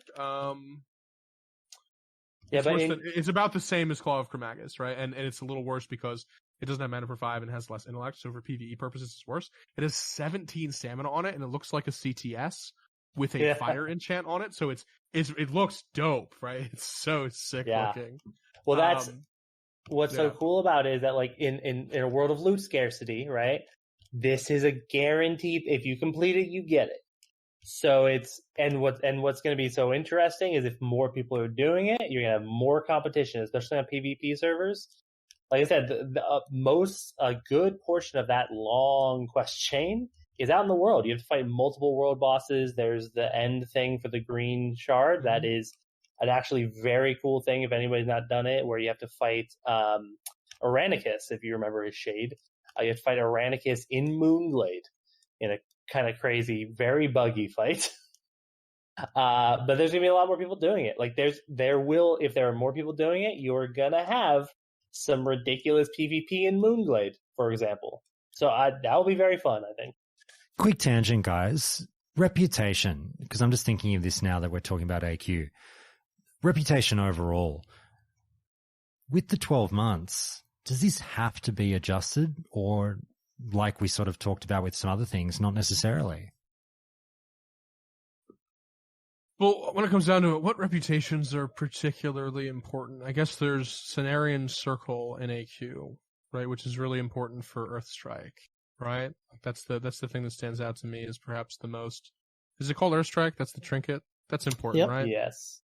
You guys, we have melee players in here. That's that's your pleb fucking farm shit. I don't know, but that seems fucking important, right? For you to hit the boss with your hands or something. Anyway, right, like, but I don't see other reputations. What strikes me as like particularly important reputations, right? Like that are related to time. Really, not that many, right? I mean, not really. I think the ZG reputation will be. That's true. For sure, but you'll still have major. Well, I mean, if they fuck up Blizzard, who knows? But right, like you'll still have maybe the ability to farm their reputation, and that's not that hard to get exalted on if you're just running ZGs, right? So even in a truncated timeline, obviously that strikes to me as potentially the most important rep, just because it's associated with both the soul shoulder enchant and the gear and the oils, etc. I'm saying with Encourage now, phase 5 to phase 6, we're going to have 2 months. And again, guys, yeah, if I'm way off, tell me. But like, to get your AQ, like some of your AQ items, don't you have to get up to Exalted with Cenarian? It's with Brood. With Brood, sorry, that's what I meant. Yeah, so like, which is if very you've got difficult. 10 lockouts, and you're running AQ, and I don't know, you have a half struggle the first week or 2 or 3. I don't know. I'm just wondering, like, if you're just doing AQ 40 and your AQ 20, like, are you still going to shit it in a matter of 5 or 6 weeks, or what? It'll bring back 2 things, right? You'll have it by the ends if you're there for the whole thing. But people want it earlier, right? Because this is guaranteed loot that drops every week that they're going to want. So I think that a couple things happen. First of all, the trash runs before Scarab become a much more common thing that you can use to get up to. I forget what rep you can get up to. You might get exalted with that. It might not be exalted. That might be honored or revered or something. I think it's revered, and then it's only from bosses, but I could be wrong. I think you're right. And it's from insignias from the bosses. Yeah. So that could be part of it, but also the initial event, initial AQ event, you can get rep from the things outside of the gates. During that window when there's, like all mayhem breaks loose and the gates actually open. So I think that especially if it takes you a couple weeks to open the gates, it's going to be really important that you're there when the gates actually open to farm that rep, because you're not going to have that many weeks in AQ. I think that this is an important thing, and I think it'll see some competition for those mobs during the opening of the gate so that people can get their rep. So I think that they don't need to adjust it. I think it'll just make some dynamics at the beginning a little more interesting. And in terms of the quest rewards you were talking about, the stuff that requires the highest reputation are the stuff that you have to turn in to the NPCs that are at Cthulhu. Yeah. And if you're getting to Cthulhu room, you're probably going to get exalted pretty quickly, because once you get into AQ 40 and are killing the bosses, that rep comes very quickly. Okay, fair enough. Guys, anything else from AQ before we haven't really talked about that many items in specifics from AQ 40 or AQ 20. Anything you can think of off the top of your head that, look, if Nax is going to be the fucking greatest challenge ever, anything you are praying for from AQ? The most important thing becomes the healer mace, isn't it? I think that healing mace is... Because it already the other weapons... Yeah, the other weapons are substantially very, very similar to rank 14 weapons. So for a guild that doesn't have access to rank 14 weapons, of course, your Encourage Rippers becomes really important. Obviously, if the armor's higher, the trinket, the scale, what is it called? Ayle, you would know this. Is it the scale of the sand? What's the thing called? The badge of the Swarm Guard? Oh yeah, badge. The badge of the Swarm Guard. Badge of the Swarm Guard becomes massive because it's an armor pen trinket, right? It is really, really good on trash because you don't have everything applied to trash. You don't have 5 sunders maybe on every trash mob, but in the event that bosses aren't actually fully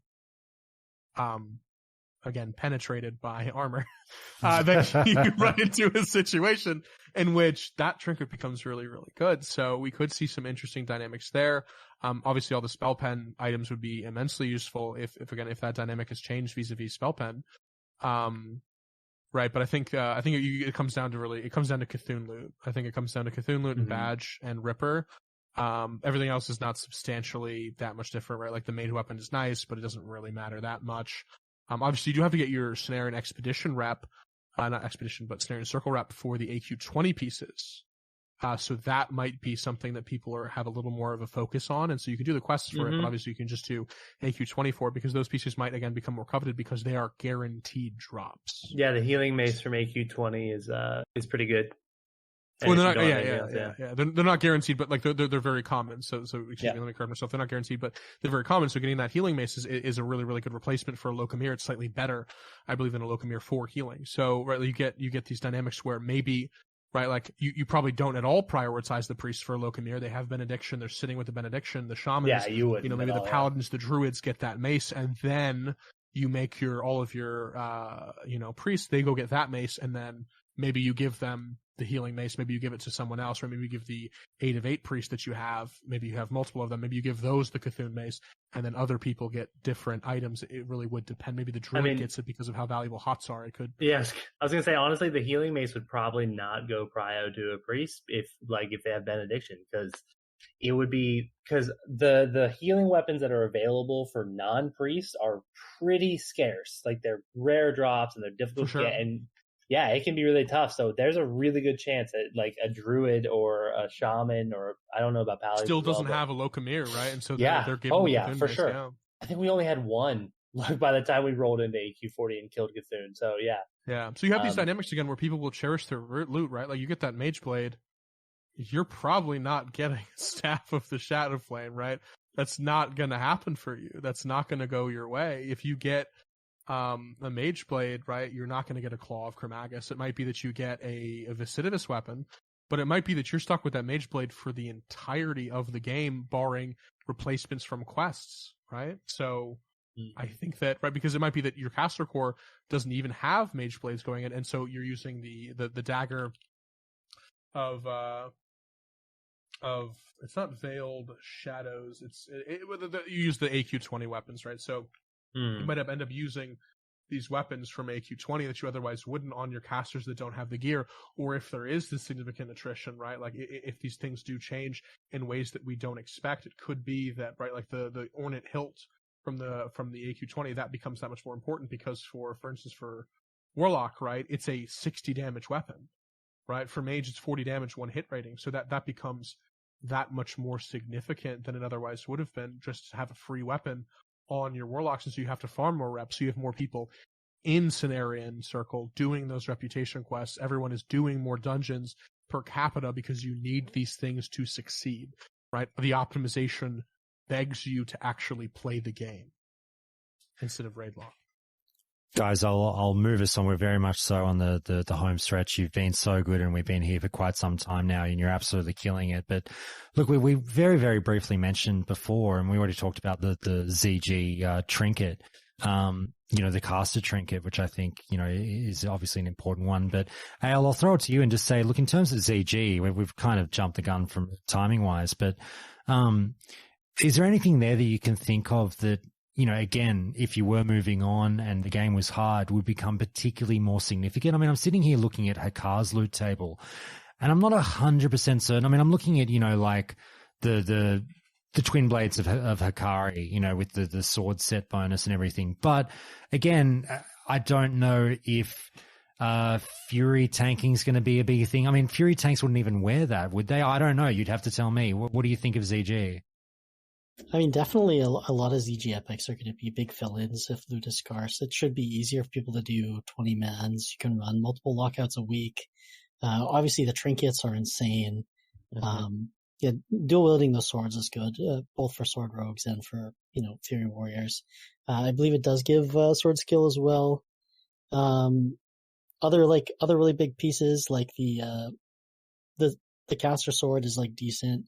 You don't have a mage blade, maybe you can pick one of those up. Kind of the budget option. What other good Jindo, pieces are there? Everything off Jindo. Everything off Jindo. That's true. Yeah. That's true. Jindo has a ton of good stuff. The mace is fantastic, right? The whammies is pretty strong for Warlocks, especially if Warlocks are... The necklace is incredible, yeah. Yeah, there's a lot of good pieces throughout. Necklaces could be good, but Darkmoon very well likely to be out, so those aren't really filler pieces. Bloodcaller is, I mean, to call it budget is kind of, I think, an overestimation of that weapon. It's like budget of budget, but Still better than the next best dungeon piece, right? So yeah, for healers, I was going to call out. I know we talked cauterizing band earlier. The healing ring set out of ZG is actually really good. It's better than the previous blues. So and caught bands and ring set as well is in a similar situation where it gives you a lot of hit, and you might again the longevity of these phases might be that you don't have a ring of spell power, you don't have any particularly good rings up to them because it's really. Right, like what are the rings going up to there? Right, it really is rings of spell power, a ring from BWL, and that's pretty much it. Right, it's the Ebon Rock ring, or healers are the healers just as bad. You got Cot Band, you got PEB. Like, good luck. Yeah. So I guess with CG, would it be fair to say that with CG, I mean, as Ayle said, like it might really be the very definition of what it's supposed to be, which is catch-up gear. Like, guilds might be fucking struggling and going, thank God ZG is here. Almost fill-in gear, right? I think Ayle used that term. It'll be less catch-up and more like, all right, got to fill in the gaps for the pieces that we didn't get. Yeah, I think that's more than fair to say. And it becomes necessary on a different level where, right, like you're going to get sick of ZG less early because these items are going to be more important than they were before with the scarcity of trinkets. Mages love to swap trinkets. So it's a big thing, for pushing damage in raid. But if you don't have a TOEP and an MQG and a ZG trinket, you're going to be forced to potentially look for the trinket from the Edge of Madness, which is actually a very, very good trinket for AoEing. That increases the damage dealt by arcane spells. And that's another one where they potentially raised, messing with the timetable of Edge of Madness as well. Yeah, and healers are really gonna want that trinket because that trinket is insane for healing throughput. So that's gonna be much more coveted with how truncated the timetable ends up being. And so I think that you have this increased value on the reagents to farm those things. Again, out in the world, right? Like you need the Blood of Heroes for it. So I hadn't thought about Edge of Madness. You get less. Are you going to get like 3 shots at completing that? If they keep it the same way. People are already saying they should halve the timing of that one. Because I forgot. Is it 2 weeks? Yeah, I think it's fortnightly, and they're saying it should probably switch around weekly. So I might be getting this wrong. But I mean, that could increase scarcity. Should make it switch either every 1 or every 2 lockouts, so every 3 days or every 6 days, to make it more sensible there in terms of that. But right, like getting a 2 or a 3 drop on that is gonna feel so much better than it would before because usually it's one guy in your raid who's really searching after. It might be a second person who's like, oh well, I'll take it, right? But now rogues want it for PvP, and hunters want it for PvP, and mages want it for AoE. Oh, rogues just want it. That's healers want it for everything, right? So it's everyone's now fighting for this thing, and so people are like, it's gonna make people have drama, and they're gonna fight tooth and nail, right? Like, but let them eat drama, right? Let them bathe in it, let them live in it, let them, right? Like, fuck it, return Majordomo's chest back to, like anyone can loot it and just literally right click it. You can't master loot it because that's the way that God intended it, right? Because that for me, that is more fun, right? The net gain from the drama there is better than the net gain of the less drama from looting that properly. And I think that this will, on some extent, you will have people at each other's throats, but again, it will reward those players who have the better dynamics that much more, right? Because guilds that can stay together and can stay drama-free despite the problems that people will have with loot and the imbalances that will exist across the raid, I think it'll force people to really, really adapt and struggle in ways that we haven't seen before. All right, guys. Well, look, I think that's a reasonably good place to leave it. I mean, I like I said at the start, I don't feel the need to really talk about Nax, which might seem a bit weird, but I mean, my thought is by the time you get to Nax, the server's already almost wound up. The good guilds will get through it. If it really is, this huge epic challenge, they've got all their progression gear. They'll, chip away and get what they need from Nax and then go on to kill KT. I just feel that even more so than what we got with WoW Classic, once a guild kills Nax once, then the server's winding up in like 7 or 8 weeks or whatever. So, I can see people sort of taking a bit of a holiday there while they wait for season 2 of the Seasons of Mastery. So, I mean, is that how you guys pretty much see it? Like that'll be the very much so winding up of the server. Yeah, I mean, especially if we're not progressing into TBC with that server, which I don't think that they'll do. Maybe I'm wrong there. Maybe there's a way of looking at it, but I don't think that people want the same things out of those kinds of experiences. So I think that the server really is dead with Naxx. There's no reason to farm Naxx because you're not going into TBC and keeping an ATS, which is BIS, until phase 3, right? Like that's not what you're doing anymore, right? Like you're doing it for the thing itself.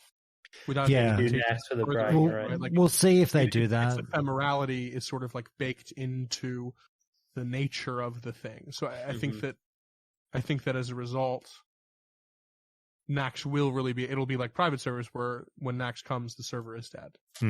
People clear for the first week and then the server is. It's one of the options. It's one of many options. And that's probably the most asked question that everyone's asking about this server is what happens to our characters when the server is basically finishing.